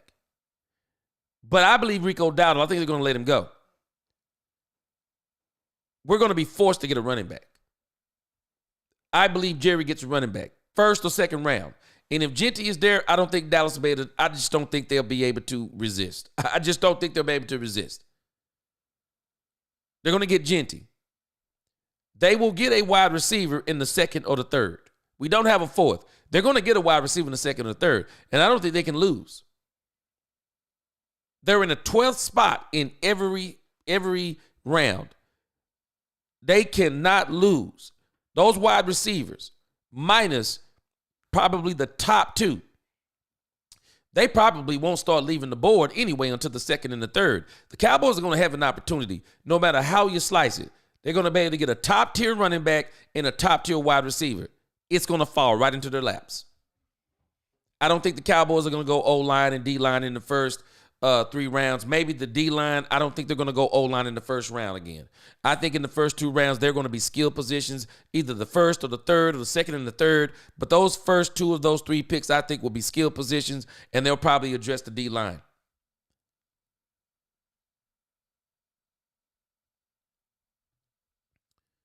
Let's see here. Night Train, the Cowboys don't have a championship culture. Now, they don't have a championship culture. I do agree with you. But could they put a staff together to where they could build a championship culture? Because I can tell you now, Mike McCarthy, this man, I think the team was winning in spite of him. I do. And you think about it in the grand scheme of things. How much credit does he get when he wasn't the OC? And then he fell flat in some of the biggest games. And everyone was saying in those games, why does this team not look prepared? It was like when they knew they were going to win, they were up. And then when they didn't think they could win, Mike had a problem. You think about it. You remember, a lot of people's memory, the media is a trip. The media will build you up when they want to build you up for a story. But if we think about them all through Mike McCarthy's tenure, you could always remember them saying stuff like, Mike McCarthy doesn't seem to get his team ready. They were saying all of this stuff. They were. Hey, you know what? They did get me. Ooh, man. I don't know. They got Mingo on that. You know what? We gave him a 4th rounder. But the thing is about Mingo, you're right. But we got this dude dirt cheap. And we're going to see what he is once Dak Prescott get a hold of him. Glenn DeWitt, appreciate you. Welcome to the channel. Oh, yeah, Hubert. I really want to know if he's a part of Mike McCarthy's crew. But everybody talk bad about the Cowboys O-line coach. Nisi. Oh, yeah. You talking about the millionaires. Yeah, the problem is with the Cowboys, sometimes it's about brand building. It's about the brand building. Freddie says, I'm disabled, have been all my life. Do you have any idea what I would give to be able to line up at the boys? Oh, I bet you give a lot. Just one man missed me with this. You got to yell and show passion. Well, I'll say this. I do think there are players that you yell at. I think there are times that you yell at every player. But the best coaches, the best leaders, they know when to do it and when not to do it. Some guys are just barkers. I played for a guy like this in middle school, just a barker. But the best coaches who get the best out of people, they know how in the wins. Glenn DeWitt said a lot of people are blind to think Jerry didn't have a master plan. This team will rebound from this. Jerry had a plan from the moment they lost to Green Bay. I'm telling you, Jerry had a plan the moment they lost to Green Bay. Jerry foresaw this moment coming. He saw this moment coming with Mike McCarthy. Y'all don't think Jerry done. I was laughing at people on in the media. Jerry don't have a plan. No, you don't know Jerry's plan. No, Jerry's got a plan. If y'all don't think that Jerry sat down in that negotiation, they didn't even get to the contract stuff per se. Jerry Jones and Mike McCarthy sits in his office talking for 10 hours. You don't think Jerry knows everything he's going to say to Mike McCarthy? Jerry knows everything he's going to say to Mike McCarthy. And if you're talking to people, anytime you're in a quote-unquote discussion on negotiation, you always go into that discussion with the understanding of this person could say no. They can say no. They can say yes and they can say no. And if you're smart and you're not arrogant, you're thinking on both sides of this thing. Okay, what do I do if they say yes? What do I do if they say no? And I think one of the reasons why they never got to the contract, quote unquote, negotiations, because Jerry, people don't give him enough credit. As crazy, as much as we don't like the decisions that he makes, Jerry knows the decisions that he's making, whether we like them or not. And so when Jerry begins to talk to Mike McCarthy, this is what the whole discussion is for. Why do you think that Jerry wants to talk to Mike McCarthy before they start talking about the contract? Jerry wants to talk to Mike McCarthy because at least this is my common sense thinking on this. If I want to sign you to a contract, but there are some things that I want you to accept before we get to the contract and start talking numbers. I don't want to talk numbers first. I want to talk the stipulations first. Because once we get to the stipulations, the money might not be worth it anyway. Because the money I'm offering you, it's not like I'm about to offer you $15 million a season. So it ain't going to be one of them type of offers anyway where it's going to be, man, you gave me an offer where I can't refuse. So if you want to bring in Jason Witten and Mickey Mouse in here, bring them in. I'm cool with it. Now, I want to tell you some things. I would have loved to have been a fly on the wall because I guarantee you, it wasn't just the number of years. It wasn't just Jason Witten. Man, if I'm a betting man, we're going to bring in an offensive coordinator. I guarantee you, if I'm a betting man, we're going to bring in an offensive coordinator, Mike. We just didn't like your play calling. If Jerry was honest, I guarantee you he'd tell you that. We didn't like your play calling. We didn't like what you did with Dak Prescott. We didn't like what you did with the run game. We don't like the West Coast offense. We don't like how your staff trains. I'm telling you, you don't sit down for 10 hours and in a 10-hour conversation, the only thing that comes up is Jason Witten being on the staff and you having a 2-year deal or a 3-year deal. No, this ain't happening. Willie T in the crib, what's going on? Troy Dudley, what's going on? Yes, sir. Yep. I would not be surprised if they are want to bring in Kellen Moore, if they bring him in, what they're going to do if they decide to make him the coach, you watch what I tell you. They're going to put a strong supporting cast around him. They're going to put a strong supporting cast around Kellen Moore because Kellen Moore was the plan. I think Jerry wanted Kellen Moore to be the head coach, but he needed some experience. Kellen Moore was probably a part of one of the plans. But I think Dan Quinn coming in really changed up some things. I really think Jerry was trying to keep Dan Quinn in to be the head coach. Kellen would have kept being the offensive coordinator with Dan Quinn. He wouldn't have minded because if they would have won, he was going to eventually get his chance. Just like Kellen Moore. Have y'all noticed something about Kellen Moore? Kellen Moore gets a lot of trash talked about him, right? But has anyone noticed something? Ever since Kellen Moore has left the Dallas Cowboys, has there been 1 year his name hasn't been in the head coaching discussions? Kellen Moore's name has been in the head coach discussions ever since he left Dallas. It should be no surprise to anybody that the Dallas Cowboys are asking for an interview. I will not be surprised if there's other teams start asking for interviews from Kellen Moore also. I wouldn't be surprised. Yeah, Prime is running it up, Niecy. He ain't done. Deion Sanders is not done. Deion is fishing for more money out of Colorado. Because it doesn't make sense to me. Why would he get the top recruit quarterback to come play for him? He's got all these players. He's got all these commitments. And at the last second, he going to bail on them and go to the Dallas Cowboys.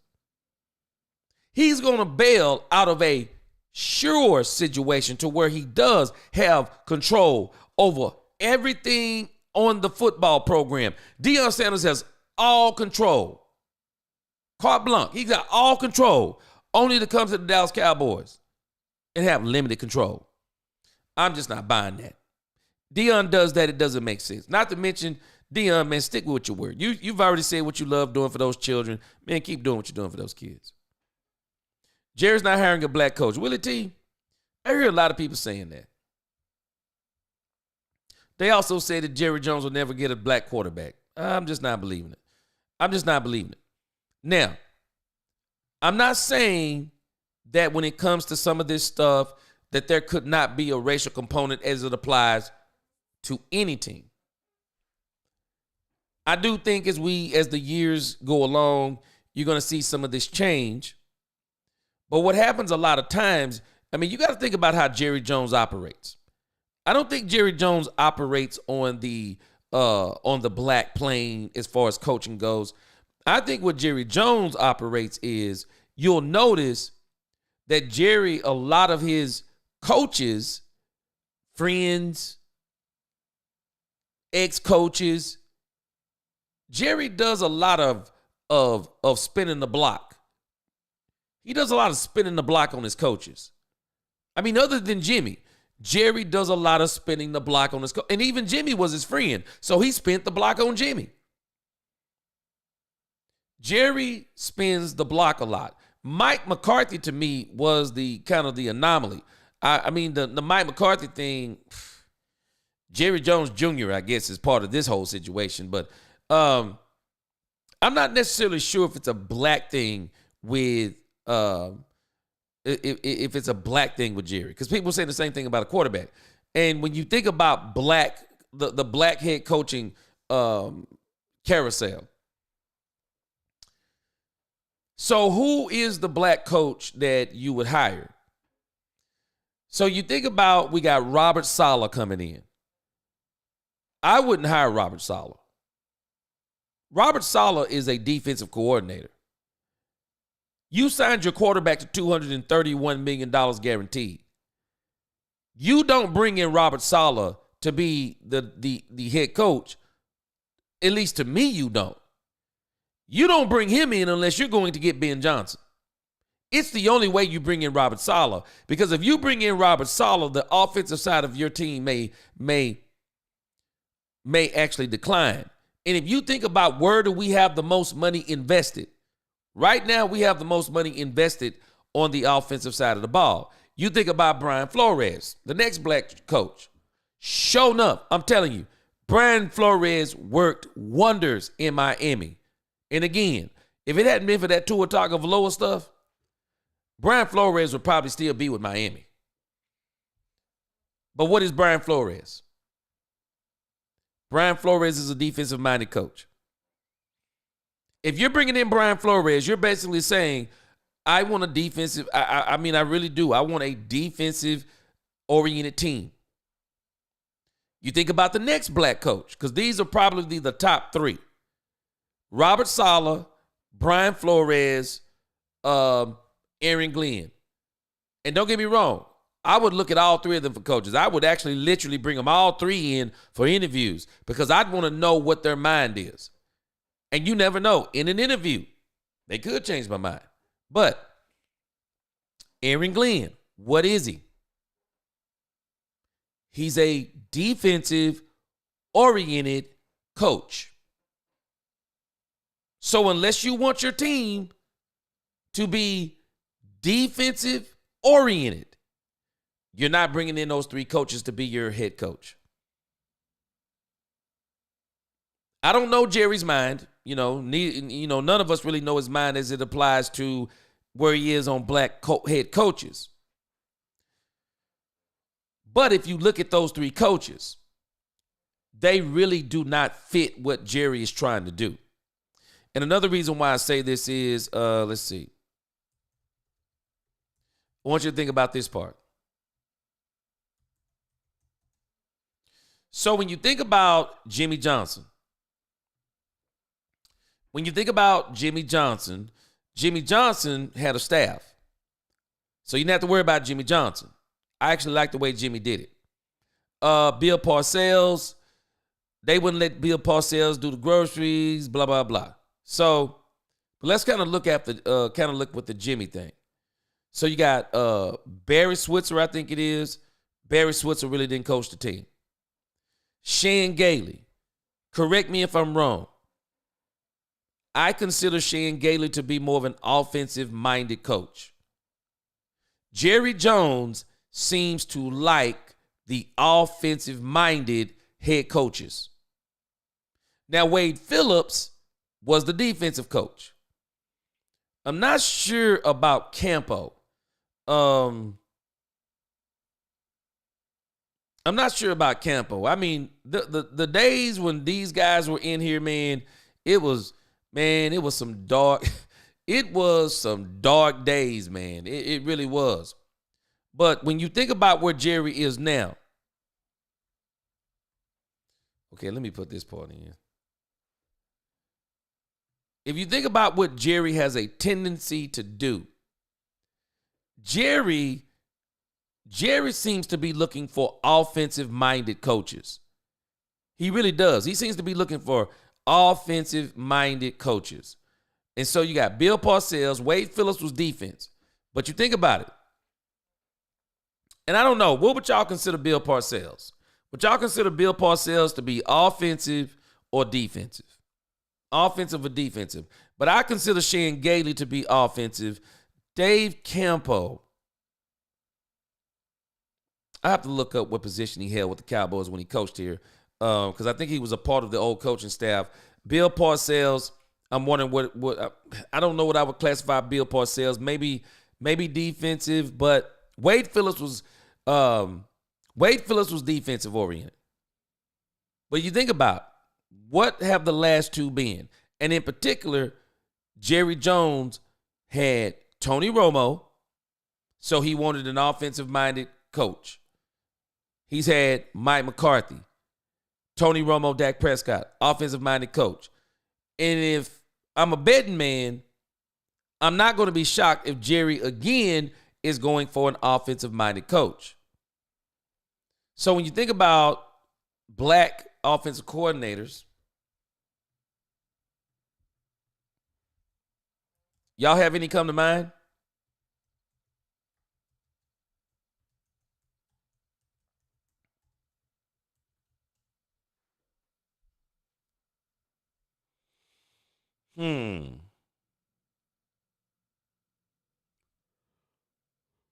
Okay, so when we think about the black offensive coordinators, and you know, it's kind of funny because what happened to Byron Leftwich? Byron Leftwich, I thought, was supposed to be a hot commodity in this league because he was with Tom Brady.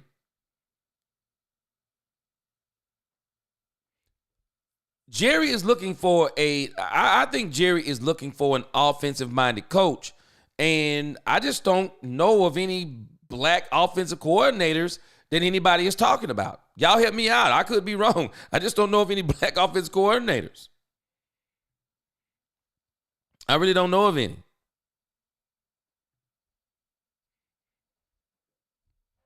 Well, we know he's looking for a puppet in a sense, but let me tell you this. I'm gonna give Jerry Jones credit for this. I do think Jerry Jones wants a yes man. But I want you to think about what kind of yes man he wants. And he can't find him.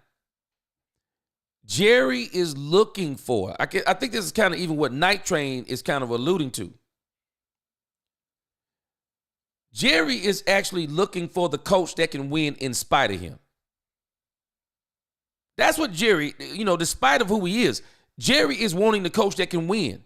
Jerry is wanting the coach that can deal with all his junk and still win. He wants the yes man coach that can win being a yes man. It's kind of tough. Yeah, Nisi, that's the question. That's funny, isn't it? Dak is not the problem. There is no coach in this league who wouldn't take a quarterback that can win you 10 games a season. Every coach out there is going to take Dak Prescott. Yeah, Deion and Shador. This is why I know too. I don't think this Deion thing is gonna happen. And it just makes me wonder. I'm pretty sure Shador probably wants to see what can he do without his dad. Can he play without his dad too? Can he play? Yeah, I see it. I could definitely see that being a problem. Andrew Nicholas Jr. What's going on, Nicholas Jr.? Yeah, my man, I'm telling you, man, my uncle said he done with the team. They get Deion. Ooh, yes. Give me 2 years. Exactly. Yeah, exactly.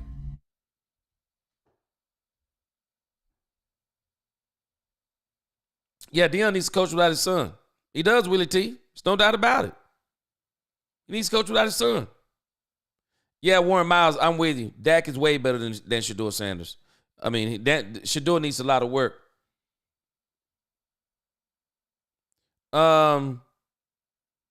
Yeah, the front office needs to truly go all in. They do. Nisi, I think they're gonna go all in. I do. I think they're gonna go all in. And not all in is maybe we consider all in, but I think they're gonna go all in. Okay, y'all back where I was with the Deion Sanders. Yeah, trading Dak for Shador is nonsense. It's pure craziness. It is. It's pure craziness. He finally finished paying Romo. Yeah, he finally finished paying Romo. It took him long enough. They finally got him off them books. Jerry don't have time to be wasting cap in years. He don't. He really don't. Yep, we're knee deep in this soap opera. We are. And it's only going to get worse until they get a coach. But I think, again, Jerry already knows who he wants. Everything we're watching from Jerry is Jerry going through the process. Y'all have to understand something. I don't know if any of y'all have ever been in some of these situations to where how it goes when people are dealing with you on jobs and extensions. I've dealt with this stuff in my own personal life. And let me tell y'all something. You know from the get-go what these things are going to look like. When somebody wants you to be employed, they want you to be the coach, they don't come in with a whole lot of stipulations. They don't. You know what they come in saying? You've done a great job. Keep doing it. What's your plan for the future? Where are we going to get better? How can we get better right here? I mean, they don't come in with a bunch of stipulations. No. They want you to keep the job. Jerry came in with all kinds of stipulations on Mike McCarthy. And that's what that whole discussion was about. It was no point in getting to the contract because I'm about to beat you up. That's what it was about. No, I'm about to beat you up. I'm really about to tell you what I don't like or what I want you to do if you're going to come back. And I'm going to give you some things that basically you're going to have to devalue yourself, and so you're probably not. Offering Deion the job without his sons is not done, but it's not going to happen. Well, he wasn't going to be able to do it anyway. He just wasn't going to be able to do it. But offering the job to Deion would actually be dumb. Man, y'all got to understand, man, Deion is playing chess in this thing. Deion is playing chess. If he offered me the job. Oh, so you're luring me into the bear trap. I mean, you're luring me into the bear trap. That's what you're doing. If you offer me the job. Man, if I offer you the job, you got all the leverage. Because now you can say, well, you came to me. So this is what I want. Man, Deion is smart, man. But I'm telling you, I'm just waiting. I am just waiting on the Colorado extension. Because Deion Sanders keeps saying, it's like Deion Sanders will say he's not leaving. But then you'll start hearing what Deion Sanders is saying, but if I could coach both of my sons, I'd coach in the NFL. Even though we say we know that's not a possibility. But if I'm Colorado, I'm like, hey, wait, well, hold on a second. So you're saying there is a possibility. And if I'm Colorado, depending upon where I am in my mind, if I'm Colorado, I'm thinking, hey, well, hold on a second. Deion is getting closer and closer to saying that there is something that would make him go to the NFL. I am not going to be surprised. I am not going to be surprised. Colorado comes out and offers Deion Sanders another contract. I said the same thing, Willie T. It's absolutely crazy. We got these great playoffs, but let me tell you something. Y'all might not realize this. Y'all might not realize this. Y'all better recognize why they're riding the Dallas Cowboys so hard right now. Y'all better recognize why they are riding these Dallas Cowboys, because I want y'all to think about this. Some people say Jerry is doing things for media attention. So help me out with this. What has he done?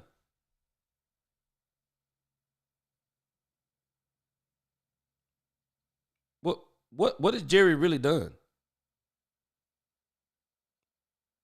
Sometimes we got to be careful in how we think. Because we're saying Jerry is doing all of this for publicity. What is he doing? If I'm not mistaken, Jerry hasn't been on the radio since the last game. Other than the last one he did. I mean, what is Jerry actually doing? I mean, I know we think Jerry is, quote unquote, doing something for publicity, and I'm not going to argue with you about that because Jerry does things like that. But let's be real about this. What is he doing? This is probably the quietest I've heard Jerry Jones be the whole season. What is he doing? He released a positive statement on Mike McCarthy. What is he doing? They're looking for a head coach. What is he doing? Everybody made a big deal out of the fact that he denied Chicago one stinking interview. Of course he did. Jerry wanted to sit down and talk to Mike McCarthy.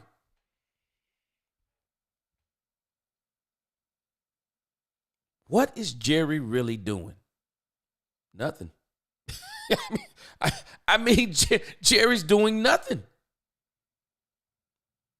He's literally doing nothing. He's looking for the next coach. Now, I don't think he's even trying to, I don't think Jerry is trying to put no one in suspense. Do we not realize that every time a team is looking for a coach, they have to go through the process? And one of the processes is the Rooney Rule. This is one of the most disgusting rules in all of sports. So you make a team do what they don't want to do. So if I'm doing what I don't want to do, how does that make me not be racist? So you think that if you put the Rooney Rule in, and if I don't want to hire black coaches, but I fulfill the Rooney Rule by interviewing black coaches, now you got to tell me, how does this benefit black coaches? How does this benefit the NFL? How does it really change anything? So you just added an extra step in the process. So now they've expanded this. So now if you interview a minority or a woman, oh, is that what we're doing now? So now we've extended it to women, which you're not hearing about women being interviewed for coaches yet, but just give it a few more years.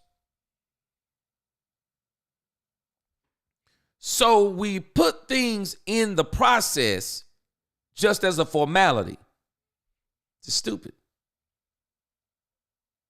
Stupid. It is. So what you're watching Jerry do is what all these other teams do. They have to go through the process. So now we got Robert Saleh, and the one that's really got me tripping is the Leslie Frazier. If I was Leslie Frazier, I would literally turn down the interview. Now, if Jerry was talking about someone like Tony Dungy, or these other teams were talking about Tony Dungy, I was like, yeah, they serious now. Yeah, they're serious now. Because Tony Dungy, if you're talking about Tony Dungy, I'm like, yeah, now you're serious about bringing him in as a coach. But all this other stuff, all we're watching is them going through the process. But I'll tell you this. And Willie T, I'm going to tell you this. I don't know if Jerry will be around this long, but what you think about this? I think there could be the first black head coach in Dallas.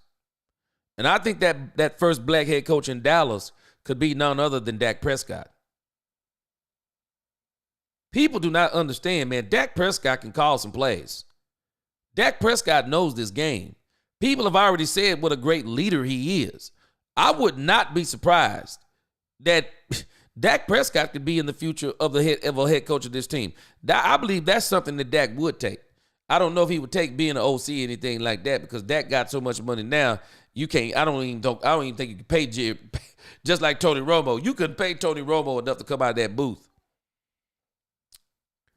But I'll tell you another reason why I think that they're talking to the Dallas Cowboys, or talking about the Dallas Cowboys. Y'all do know the NFL ratings are down this year, right? The NFL ratings have been down all season.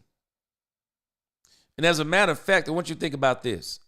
So you notice how we're saying that Willie T mentioned, and I'd mentioned it already too. So they're talking more about the Dallas Cowboys than they're talking about the playoffs, right? Well, sink your eyes on this. You want to know why they're doing that? The NFL wildcard ratings dropped 8%. Now, you might not be thinking that 8% is not a lot of money, But when you're talking about millions, you're talking about millions. Or you might not think there's a lot of people not watching, but when you're talking about millions, 8% is a lot. And we have to understand, man, we got advertisers paying bukus of dollars in these TV deals. And for the ratings to be down, so how do you keep getting the money if people are not watching the product? You ever notice how you say, man, I don't like commercials? You do know you're not watching the games to watch the commercials. You're watching the commercials to watch the games. The commercials are actually paying for you to watch the games. We think the games are the product, but they think the commercials are the product because that's where everybody's making the money. It's like on YouTube. I mean, we benefit from watching content. Content creators are great. But YouTube is making the money off of the advertisers. That's where the money is coming in at. And so the advertisers, they want the good content because so people will watch it so they can get paid. And it's the same thing about football. So you want to know why all of the 3-letter and 4-letter networks are not honed in on any other team's coaching search except for the Dallas Cowboys. Because Cowboys bring in ratings. There's a reason why they're talking about the Cowboys. Yeah, there's a reason. Yep. No doubt. Kellen Moore is in the building.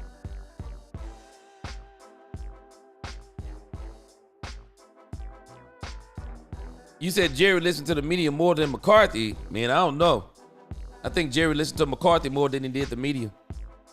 I don't know of anybody in the media that wanted Jerry to get rid of Amari Cooper. Willie T. Now, I keep proving you wrong. I take Bobby Belt over you. Bobby Belt clearly stated. And I don't think he's stating this because he's making stuff up. He is a Cowboys insider. He did not get fired. He left on his own. He didn't get fired. Just like Mike Fisher had to prove this same thing about Jimmy Johnson. His contract was up. People say stuff like this. There are people right now saying that Mike McCarthy got fired. No, he didn't. Contract was up.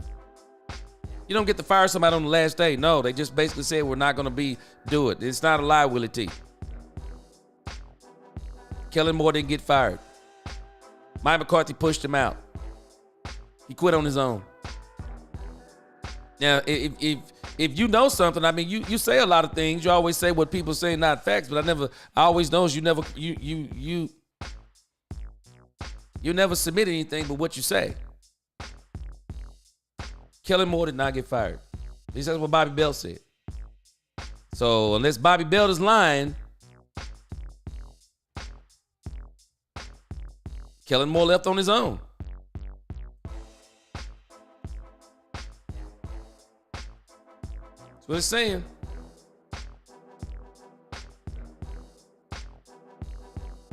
It's actually kind of funny. I don't really remember anybody else saying to Kellen Moore. I mean, in the grand scheme of things, I don't remember anybody else saying Kellen Moore got fired.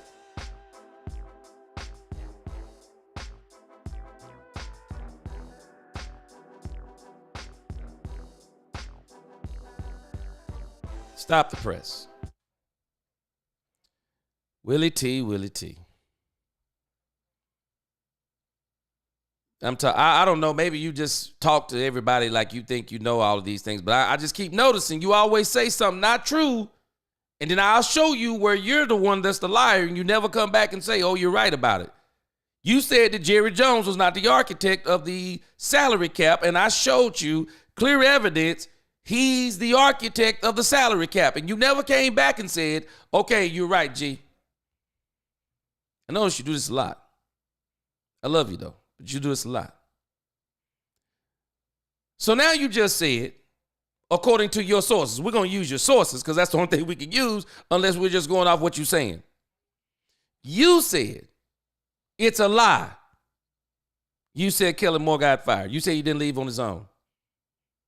Strange that you say that. There's something called the internet. Because Bobby Belt already clarified this. It was understood that Kellen Moore was coming back. Kellen Moore left on his own. Now it makes sense because Sports Illustrated also pointed this out, Willie T. So is everybody lying?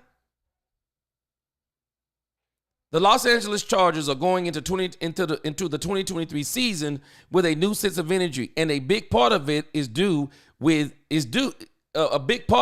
to do with new offensive coordinator Kellen Moore. Moore was a hot commodity once he hit the open market as a coordinator, and the Chargers wasted no time snagging him up. After one day of the Dallas Cowboys and Moore mutually parted ways. Let me highlight that for you. Let me let you catch up. I may be ahead of you. You do know this is exactly what Bobby Belt said. And it actually makes sense. Why would they mutually agree to part ways? Because Kellen Moore wanted to leave because of Mike McCarthy. That's what Bobby Belt is pointing out. Kellen Moore didn't get fired. Just like Mike McCarthy didn't get fired. His contract was up. When your contract expires, that's not getting fired. I've worked at places, contract expired. It's not getting fired. They decide not to bring you back. Sometimes people don't decide to bring you back not because you're doing bad. Sometimes they just want to they want to go a different direction. Maybe your salary is too high. I mean, there are a plethora of reasons, but they're the reason why Bobby Belt broke this down, and I 100% agree. I 100% believe Bobby Belt. Mike Fisher clarified the same thing I clarified a couple of days ago. Mike Fisher, James Slater, Bobby Belt. We don't have to put them against each other. All three of them have different ways of gathering information. Mike Fisher is in the building. Jane Slater, if you always notice, she gets her information from anonymous players. Bobby Belt, the Cowboys insider, he's further inside than Mike Fisher. How do we know? I'm telling you, one of his sources, I guarantee you, is none other than Brian Broaddus. And Brian Broaddus knows a lot of things, and Brian Broaddus runs his mouth like water. But I bet you does some things that Brian Broaddus don't tell anybody because he knows that he can't because of legal ramifications, job ramifications, everything else. But Bobby Belt knows what he's talking about. People don't like Bobby Belt, but Bobby Belt, I have no problem with Bobby Belt not liking Mike McCarthy. At least he's man enough to admit it. Say he don't like him. He said Mike McCarthy don't like him. But that don't mean that him not liking Mike McCarthy changes the facts. No. He didn't get fired, Willie T. Stop the cap.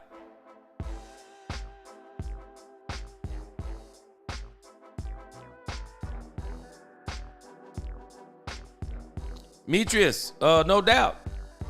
I'll tell you this, Metris. He wins this weekend. Oh, he's sought after. Cowboys will not be the only interview. Nisa said, I hope Philly says no and make him focus on the playoffs. Only the Cowboys let coaches interview during the playoffs versus focusing on the game. Yeah, I think they let Dan Quinn do that, didn't he?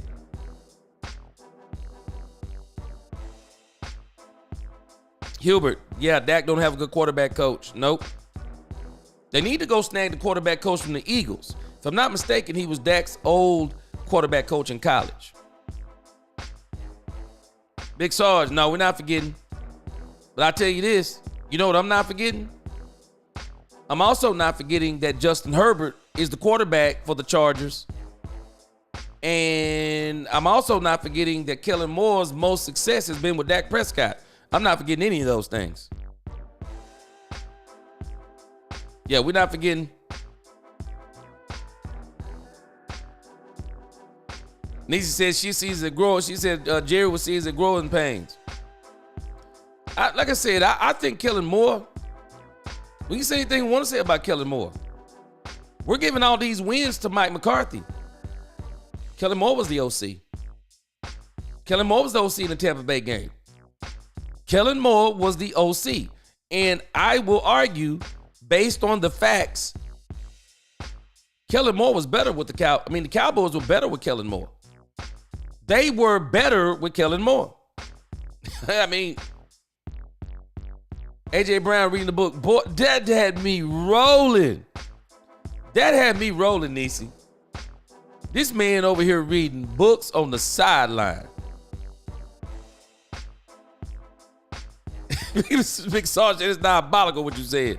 Niecy said Green Bay said the same thing about Dallas. Why are y'all hiring Mike McCarthy? Yep. Exactly.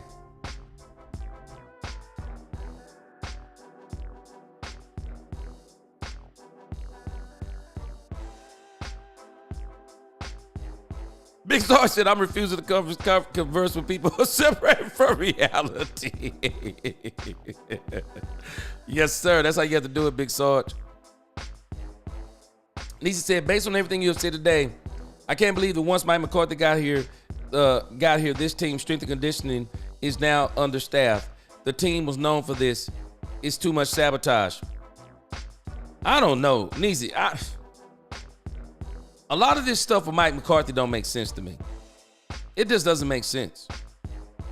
But I'll tell you this. Mike McCarthy definitely had more control than anyone understands.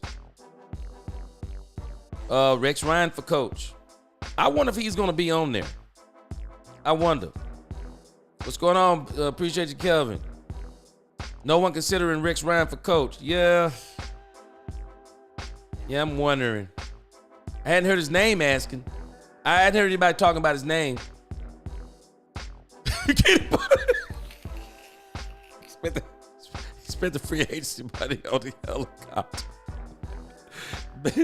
Kevin Bryant, they left. They saw how toxic Mike was. Dan and Moore. Yeah. Bobby Belt basically pointed that out. Dan, by his second season, was wondering, should he leave? Man, people can feel when you're doing dumb stuff. Kellen Moore left this place because Mike McCarthy was straight clowning. He was. Yeah, they said you can have this clown show. Barry didn't have to coach this, was Jimmy team. Yep, didn't. Troy said that because said that it's becoming a show to me, accountability. Yeah. And that's why I say, a team can win despite Jerry Jones' craziness. They can do it. Issue is Jerry's got to get those players. Scotty says, I've dreaded seeing Kellen on this occasion. Jones candidly told 105.3 The Fan, Kellen is one of my favorites as far as individuals, but he's a talented coach. Made no mistake about it. Scotty, let's think about Ben Johnson. I think when you talk about coaching, it takes a combination. The greatest plays in the world don't work without players. And I'm talking good players. You don't have to have great players at every part on your team, but you got to have some good players. Somewhere you have some great players. Sometimes you'll have some below good players. But you'll always notice something about these really good offensive coordinators. You ever notice what they all have in common? They all have good players. You very rarely see an offensive coordinator, everyone's talking about him, when he doesn't have players. And I'm telling you this, people can get mad if they want to. I find it to be strange. How is it that Kellen Moore looks better with Dak Prescott than Justin Herbert? Explain it.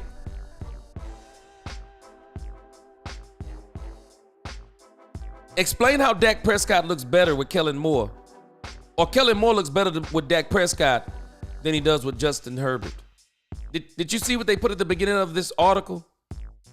It says The Los Angeles Chargers are going into the 2023 season with a new sense of energy. Why? A big part of it.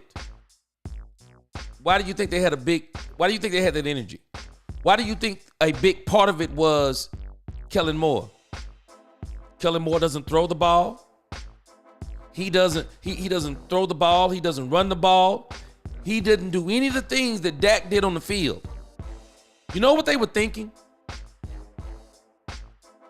If he did that with Dak, what is he going to do with Justin Herbert? People better start putting some respect on Dak Prescott's name. Folk better put some respect on this man's name. Mike McCarthy rolling up out of here, bragging about 3 12-win seasons. Who was his quarterback? You want to know what his 2 losing seasons were? Dak Prescott hurt. He can literally interview with teams and say, hey, you know when my 2 losing seasons were? When Dak Prescott was hurt. But when Dak Prescott was healthy, 12-5, 12-5, 12-5. People better put some respect on this man's name. Keep disrespecting this man like he Willie Pressham. Stop it. It's plain stupidity, man. Stupidity. Mighty I said, I think free agency is the real hot topic this season. Oh, it is. You know why, Mighty I? We ain't got no choice but to play in it. we don't have no choice. This will be the one season we will have no choice. We're losing too many players. We're going to have to be a player in free agency. We are. Quentin, what's going on? I'm so excited about this opportunity for Dak. Jerry Jones knows that big. Okay, give me a little bit more clarity. Kelvin says Jerry just need to keep his mouth shut. Yep, that's it. And Kelvin, you know what's strange? That's exactly what he's doing. Not really saying a whole lot of anything. Just not saying a whole lot of anything.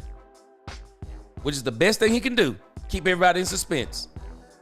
Yeah, I think they can still win with Amarion Hampton or Hamilton. I think they can win with him.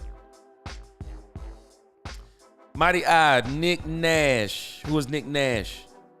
Whoa, Kevin Howard. Man, that'd be crazy to bring in Ray Lewis on defense. Man, it'd be awesome. Warren Sapp.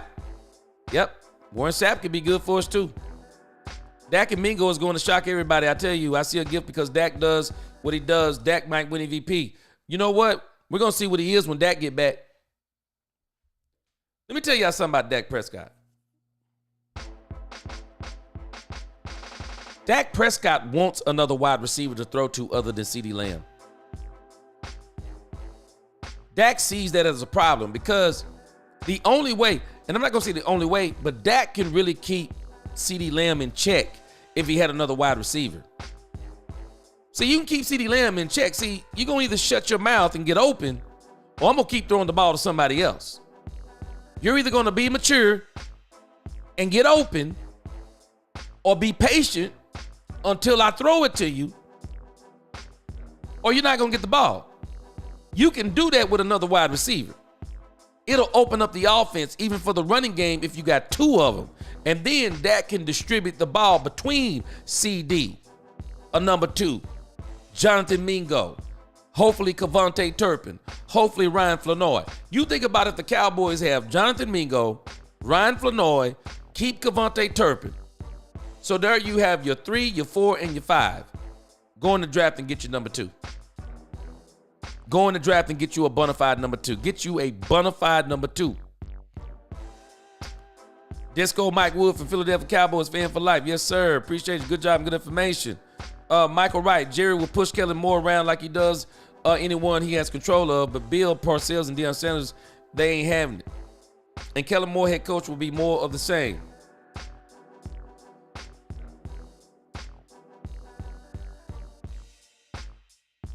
Let me think. More of the same. So if we could get 12-5 seasons with Kellen Moore and with Mike McCarthy not being locked in on this team. And Bobby Belt also mentioned something else. The locker room almost fell apart when Dak Prescott was hurt, because Dak Prescott is such a big part of this team. But I do believe if this team has unity on all fronts, I think it can take care of some of the issues we've seen on this team in the past. Because it seems to me the biggest problem this team has is being a team. It's obvious that Mike McCarthy didn't have this team as a team. I think they can win if they become a team. I do. I think they can win. Oh, yeah, Kevin Bryant. I'm telling you, 2026, Chip. Next year, I agree, 10 wins. There are 8 guaranteed wins on this schedule. So you throw in the 1 or 2 you might not win. And then the ones where you're going to have a chance to win. We're going to go over that schedule some more in the next couple of weeks. I think the Cowboys will at least be able to win 10 to 11 games minimum next year. It might shock us to even get 12. Yep, Kevin Howard, I'm telling you, this is why you bring guys in. Folks don't understand this. You're not bringing in every coach to hire them. You're bringing in these coaches to get ideas. What would you do to this team if you came on here to win? And I definitely think he's picking Deion Sanders' brain, and I also think Deion Sanders is using this against Colorado. Mike, she said he walked out because Jerry said, when I stopped going to the coaches meeting.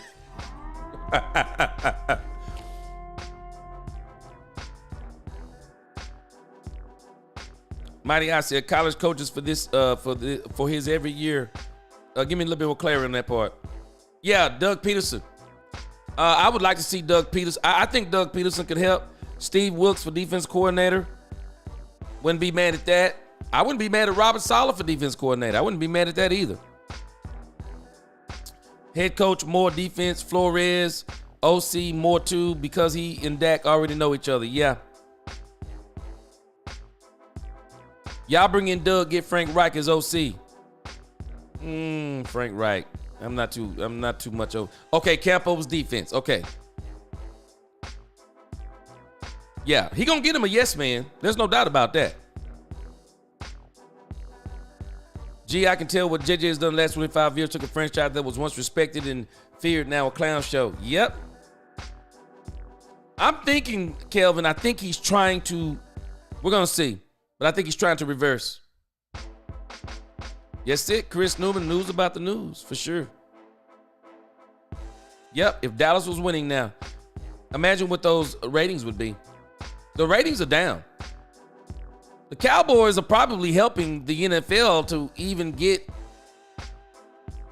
they're probably helping the NFL to get any kind of traction. Now, the next round, we'll see how it goes. Man, Cowboys and Chiefs 2027. Which would be the 2027 Super Bowl, but the 2026 year might be a possibility. I think you're going to probably see Dak going up against, and I'm talking like I'm Nostradamus looking into a crystal ball. But I do believe it will be Dak and the Cowboys against either Josh Allen and the Bills or either Patrick Mahomes and the Chiefs. I think the Chiefs and the Cowboys are the biggest story. I think the Chiefs and the Cowboys are the biggest story of them all. I do. Ratings are down because the Cowboys and Niners are not in the playoffs. For real. Yep, I think the Niners have something to do with it too. For real. They're not in it. And the ratings started slipping already the moment the Cowboys, Dak Prescott went down. Y'all got to think about this. The view of Dak Prescott in some of you Dak haters' minds is because of the media. The media was talking about Dak Prescott while he was winning. What other quarterback do they do that to? They're ripping Dak Prescott apart winning. They painted a picture in so many people's minds. The media has made millions off Dak Prescott. Dak Prescott ought to be getting royalties from some of these stations. He should. Man, Cowboys beating the Chiefs would be off the chain.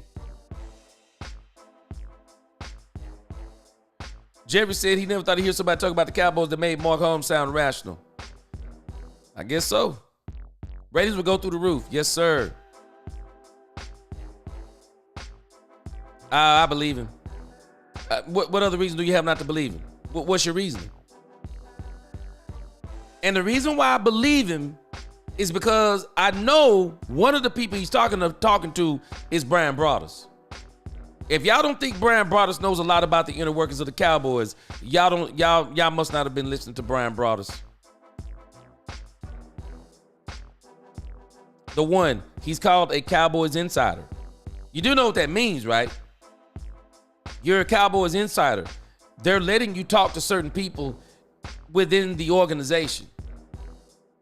You get access to people. I mean, I don't understand what we're not understanding about this. You get inside information, because if you're saying you don't believe Bobby Belt, then explain to me why you believe Mike Fisher. Why do you believe Mike Fisher? Why do you believe Jane Slater? Why do you believe her? You choose to believe who you want to believe. That's up to you. But you got to ask yourself, whether you like Bobby Belt or not, everything he said makes perfect sense. Every last piece of it. Because everybody was wondering, why did Amari Cooper leave again? Everybody should have been wondering, do we not realize we let go of Kellen Moore? We let Kellen Moore walk. Kellen Moore left us, and we let him walk, and he was winning. The man won 24 games in 2 seasons. There was no better OC quarterback combination than Dak Prescott and Kellen Moore. And we let them, we let that be separated. Do we not understand how insane that is? I'm telling you, we kill people in Dallas. We kill the wrong people in Dallas. And we uplift the right people. I'm 100% believing this, because I've been saying it from the beginning. Mike McCarthy was a problem. He was. Dak has put the Cowboys and Mike on the map. People better put some respect on this man's name. Dak Prescott has revitalized this franchise with wins. Everybody's eating on Dak. Everybody. None of them look the same after Dak. We're going to see what Mike McCarthy looks like. I don't even know if he's going to get a job. Danny, what's going on? Breaking from Dallas. Deion agreed to be the head coach of the Dallas Cowboys.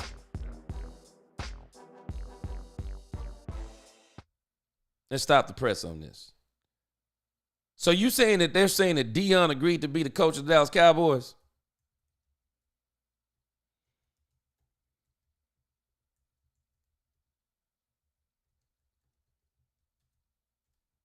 You must be joking, because there is no way that's even there is no way that's possible.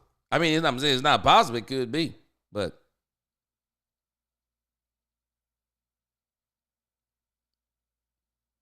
yeah, I keep seeing all this stuff. I just don't believe it. No, Deion hasn't agreed to be no coach.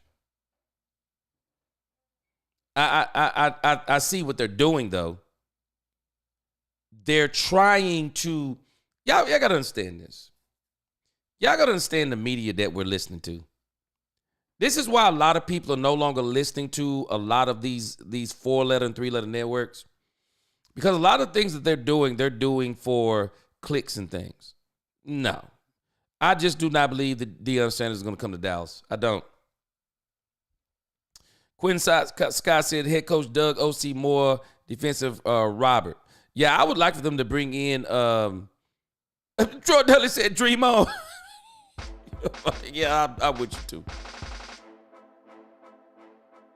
Yeah, for real. Yeah, Jerry has been a major issue. But Jerry is looking for somebody who can win in spite of him. He is. That's what he's looking for.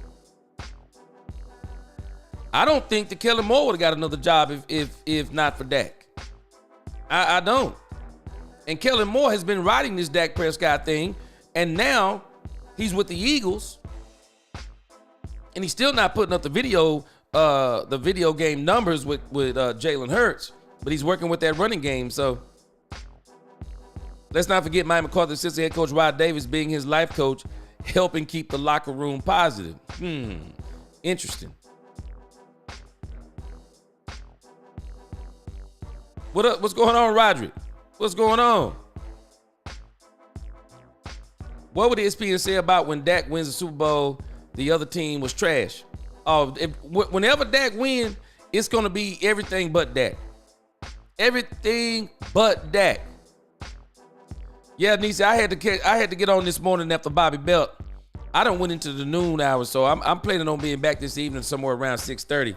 So I'm about to let y'all go and eat and do whatever y'all do. But we will be back this afternoon somewhere around 6 to 6:30. I'm pretty sure there'll be some more stories. There will be some more stories.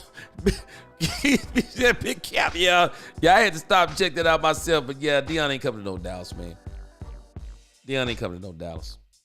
The media is pushing this narrative so hard they don't know what to do because they have nothing else to push. Y'all know why they're doing it? They don't know what Jerry is doing. Jerry knows what he's doing. They don't. So, appreciate y'all rocking with me, man, on this early report on Bobby Belt. Don't get used to this. I'll be back in the evenings again. So I'll see y'all this evening, sometime around 6 to 6:30. If y'all haven't already, like, share, subscribe, hit that notification bell. I'll check y'all on the next one. Let's talk Cowboys, where we talk facts. Peace.